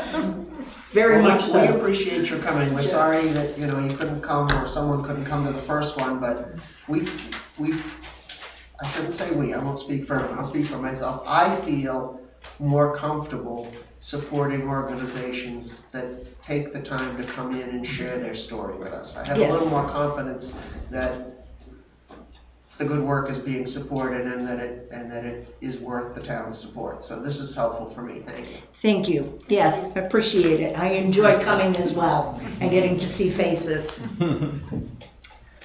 All right. And I wrote down what you said. Oh, Hey, okay. I'm taking that back to senior management. Honestly. All right. So that's it for our new business on the agenda. Moving down on our list of things to do, our next thing is to approve the minutes from our most previous meeting. So the minutes from the October 10th meeting have been distributed. They were sent out with the meeting invitation last Friday. They were sent out again earlier today. Has everyone had a chance to, or is anyone need more time to review them before does anyone have any corrections or, Buzz does, please. Go ahead. No, that's fine. And it's not a phone number. Yeah, go ahead. What is it? Just under new business, the second line of the second paragraph, there's one name is underlined and then there's another person that doesn't have a last name. Was that transcription problems or? Let me see. It might be, I'll check with her. So I will tell you when I messed up here. Well, not today. When the first, so typically what happens is the minute taker sends the first draft of the minutes to Christina and I, and we go through and make adjustments so that you guys get to see a second draft. And when it came to me, it only had Aletha and Nancy's first names. And I know Aletha's last name. So that's actually an edit that I put in, and I underlined it so the minute taker would see where I had made a change. So the underline should get taken out, and I meant to ask to find out Nancy's last name because I was going to add that in, but I didn't remember to do that. So that's why that's underlined, because that's something that I added because Aletha is my neighbor and I know her name. Just one other. Yep, go ahead. Under the Newfound Lake Regional Association, which is in the middle of page 2. Yeah. 1, 2, 3, 4, 5 lines down, it says implemented new storm programs. They're not a weather department. It's storm water programs that they're dealing with. Okay. So Also, there's either delete and or add additional info up above. That was my, Yeah. again, the word water. in the section above it, that underlined section Oh, is my comment because it says, Mr. Morgan said they are revamping programs at clinics and, so I wrote either delete the and or add additional information because it kind of is hanging there. So evidently, what you're looking at is Yeah. the first draft with my comments in it, so. I got one more on the third page, the third paragraph, Yep, and the third line. The sentence in the middle of that line begins, "They serves," and I can't help myself, I was a contract lawyer for 40 years. It should be serve. okay, I'm sorry, which line, you're in voices, which section? Third line down. Yeah, voices, the third line down, and then there's a sentence that begins in that line that says, "They serves." Yeah. I hear what you're, Yep, should be served. they serves, I got you, I see it. Yeah. So we'll delete the S, so they serve. Go back to the second page and delete all that underlined stuff and the word and. Yeah. And on the first page under Grafton County, delete the underline under Lewis. And then Nancy's last name. Nancy's name. The problem is We It's we don't know it, so we're gonna leave it the way it is Yeah, I would now. say just leave it. Gail would know it, but. I thought they introduced her the meeting. Evidently, Okay. Shannon didn't get it off the recording I was and, just gonna say it might be on the recording. I'll She can double just check. review it. And then the other was adding making it stormwater programs in the end. yes, adding Yeah. programs to stormwater or storms. Thank you. Okay. Good catch. Kitchens.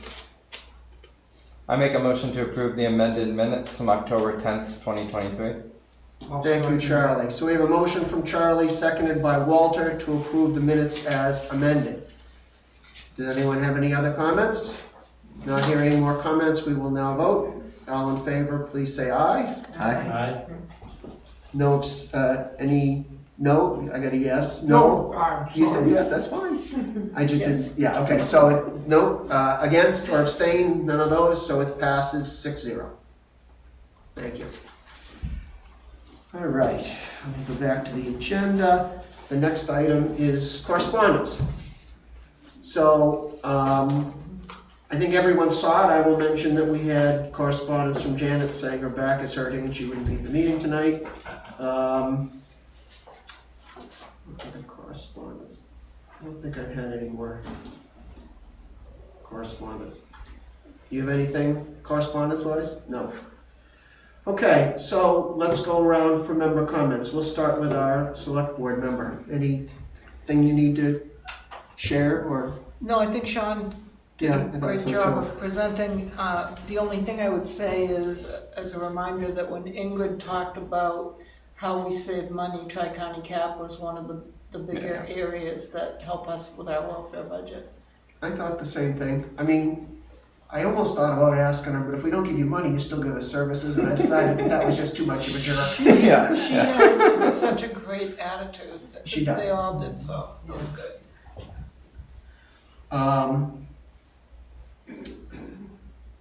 I will take the opportunity for comments now.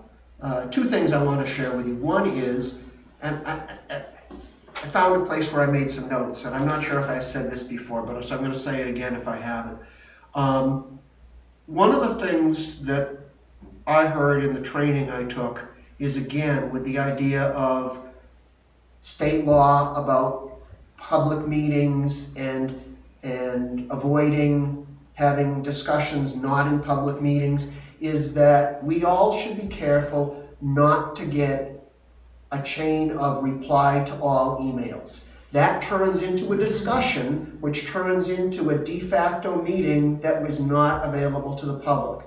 So, if you have a question, you can send it to everyone. If someone sends out a question and you want to respond, you can respond back to them. But if it turns out that we get more than one or two comments with a respond to all, and I notice it, I'm probably going to wade in and say stop, because we do not want a string of emails that are respond to all that someone could go back and argue is a committee discussion. Okay. The second thing I wanted to bring up is, I think the only person I talked to was Charlie, but is that in the past, when we get into the detailed sections, the chair has chosen to start the motion by moving the department head number. And I am intending this year to move the select board number for the starting conversation. I have checked with the New Hampshire Municipal Association. I talked to Christina. There's no requirement to do one or the other. So I want to let you know that I'm planning to change that. If a majority of you disagree, I'm willing to reconsider that. But the workflow is the department heads submit to the select board. The select board does their deliberations and hands us a recommended budget, which is now our starting point for deliberations. I want to start. Now, we still have the option to change anything we want to change. It's just that's where I'm going to start the discussion. So I'm informing you of that, and I just want to make sure you're aware of that, and if you strongly disagree, give you an opportunity to speak up. Not hearing any of that? Well, yeah, sure. Go ahead. No, because I just need a little clarification. So what exactly are you talking about? So we're going to discuss the budget. So we're going to do, Yeah. so here's your example. We're going to do the same thing we did last year. But let's say last year, Mark Buckland asked for $100,000 to do something. Yeah. To run a department, because we don't do line by line, so that's probably not the right number. But one of our department heads asks for a certain amount of money, let's say $100,000, just for example. And the select board says, they could say, no, we're recommending they get 75, or they could say, no, we recommend they should get 150. Mm-hmm. Let's say 150 for argument's sake. So in last year and the 2 years before that, we would start the discussion. The chair would make a motion to move the department's budget in the amount of $100,000, which was the amount the department had asked for. Mm-hmm. What I'm planning to do this year is we're going to do all the same work, but instead of, I'm going to say, I'm making a motion to move the department head's budget for 150, because that's what the select board recommended. So if the department head's number and the select board recommended number are not the same, in the past we moved the department head number. This year I'm planning to move the select board number. Mm-hmm. You still have the option to make an amendment, to change it, plus or minus in any amount you want. It's just, the effect is that if we talk about changing it and it turns out there's not a majority of the committee to agree to make a change, the original number will stand. I think the original number that should stand is the select board's number, not the earlier number we got from the department head. That's why I'm changing this. The select board gets input to this. In my opinion, our starting point for deliberations is the select board recommended budget. That's the workflow. The select board works up a recommended budget and they come in here and present it to us. That's now our starting point for deliberations. So that should be the default number. That should be the starting point of discussion. We're still gonna bring in the department heads to ask them for details. Why are you asking for this? And why do you need that so much money? Or could we consider changing this? We'll accept motions to make amendments. We'll vote on amendments. We'll vote on bottom line for departments as amended or whatever. But Then what makes you want to do the change? I'm not sure why you feel the significance of changing it from one, whether we had been doing it the other way. What do you feel the significance? if it's contentious enough that we are discussing making a change and we can't find a majority to agree on what the change should be, what I'm saying is I think that the number that we should end up sticking with is the select board number, not the earlier request from the department head. If the select board has already recommended a different number, that's now our starting point. That's what I'm arguing. Particularly from when the requested dollar amount also doesn't come from a town employee. Right, In and the we all, nonprofit section. Charlie hit on it, because I told him, the example actually was a conversation we had last year with one of our outside agencies, where they asked for a big increase in the amount of money that they wanted, and we started by making a motion to consider their original request, and then we had quite a contentious, Carol was here, you weren't, but we had quite a contentious discussion, and there was talk about, is that number right, and how should it be changed, and all of the votes to change the number had less than majority, so we ended up not changing it. But in my opinion, the effect of that was we did change it. We changed it from the select board's recommended number back to the original request from the outside agency. All I'm saying is that if we can't come up with a majority to agree to a change, I think that the select board number is the one we should go with. That's kind of does that answer your question? Okay. Walter, do you have something you wanted to say? No, I don't think anyone could do a better job than you've done. Thank you, Walter.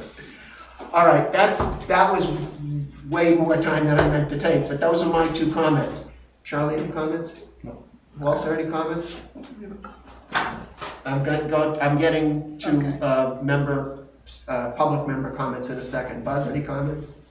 We gotta go around and give members a chance to comment. And Christine I asked you for correspondence. Christine, staff comments. I just have a comment on, I know some people have wanted a hard copy of the book.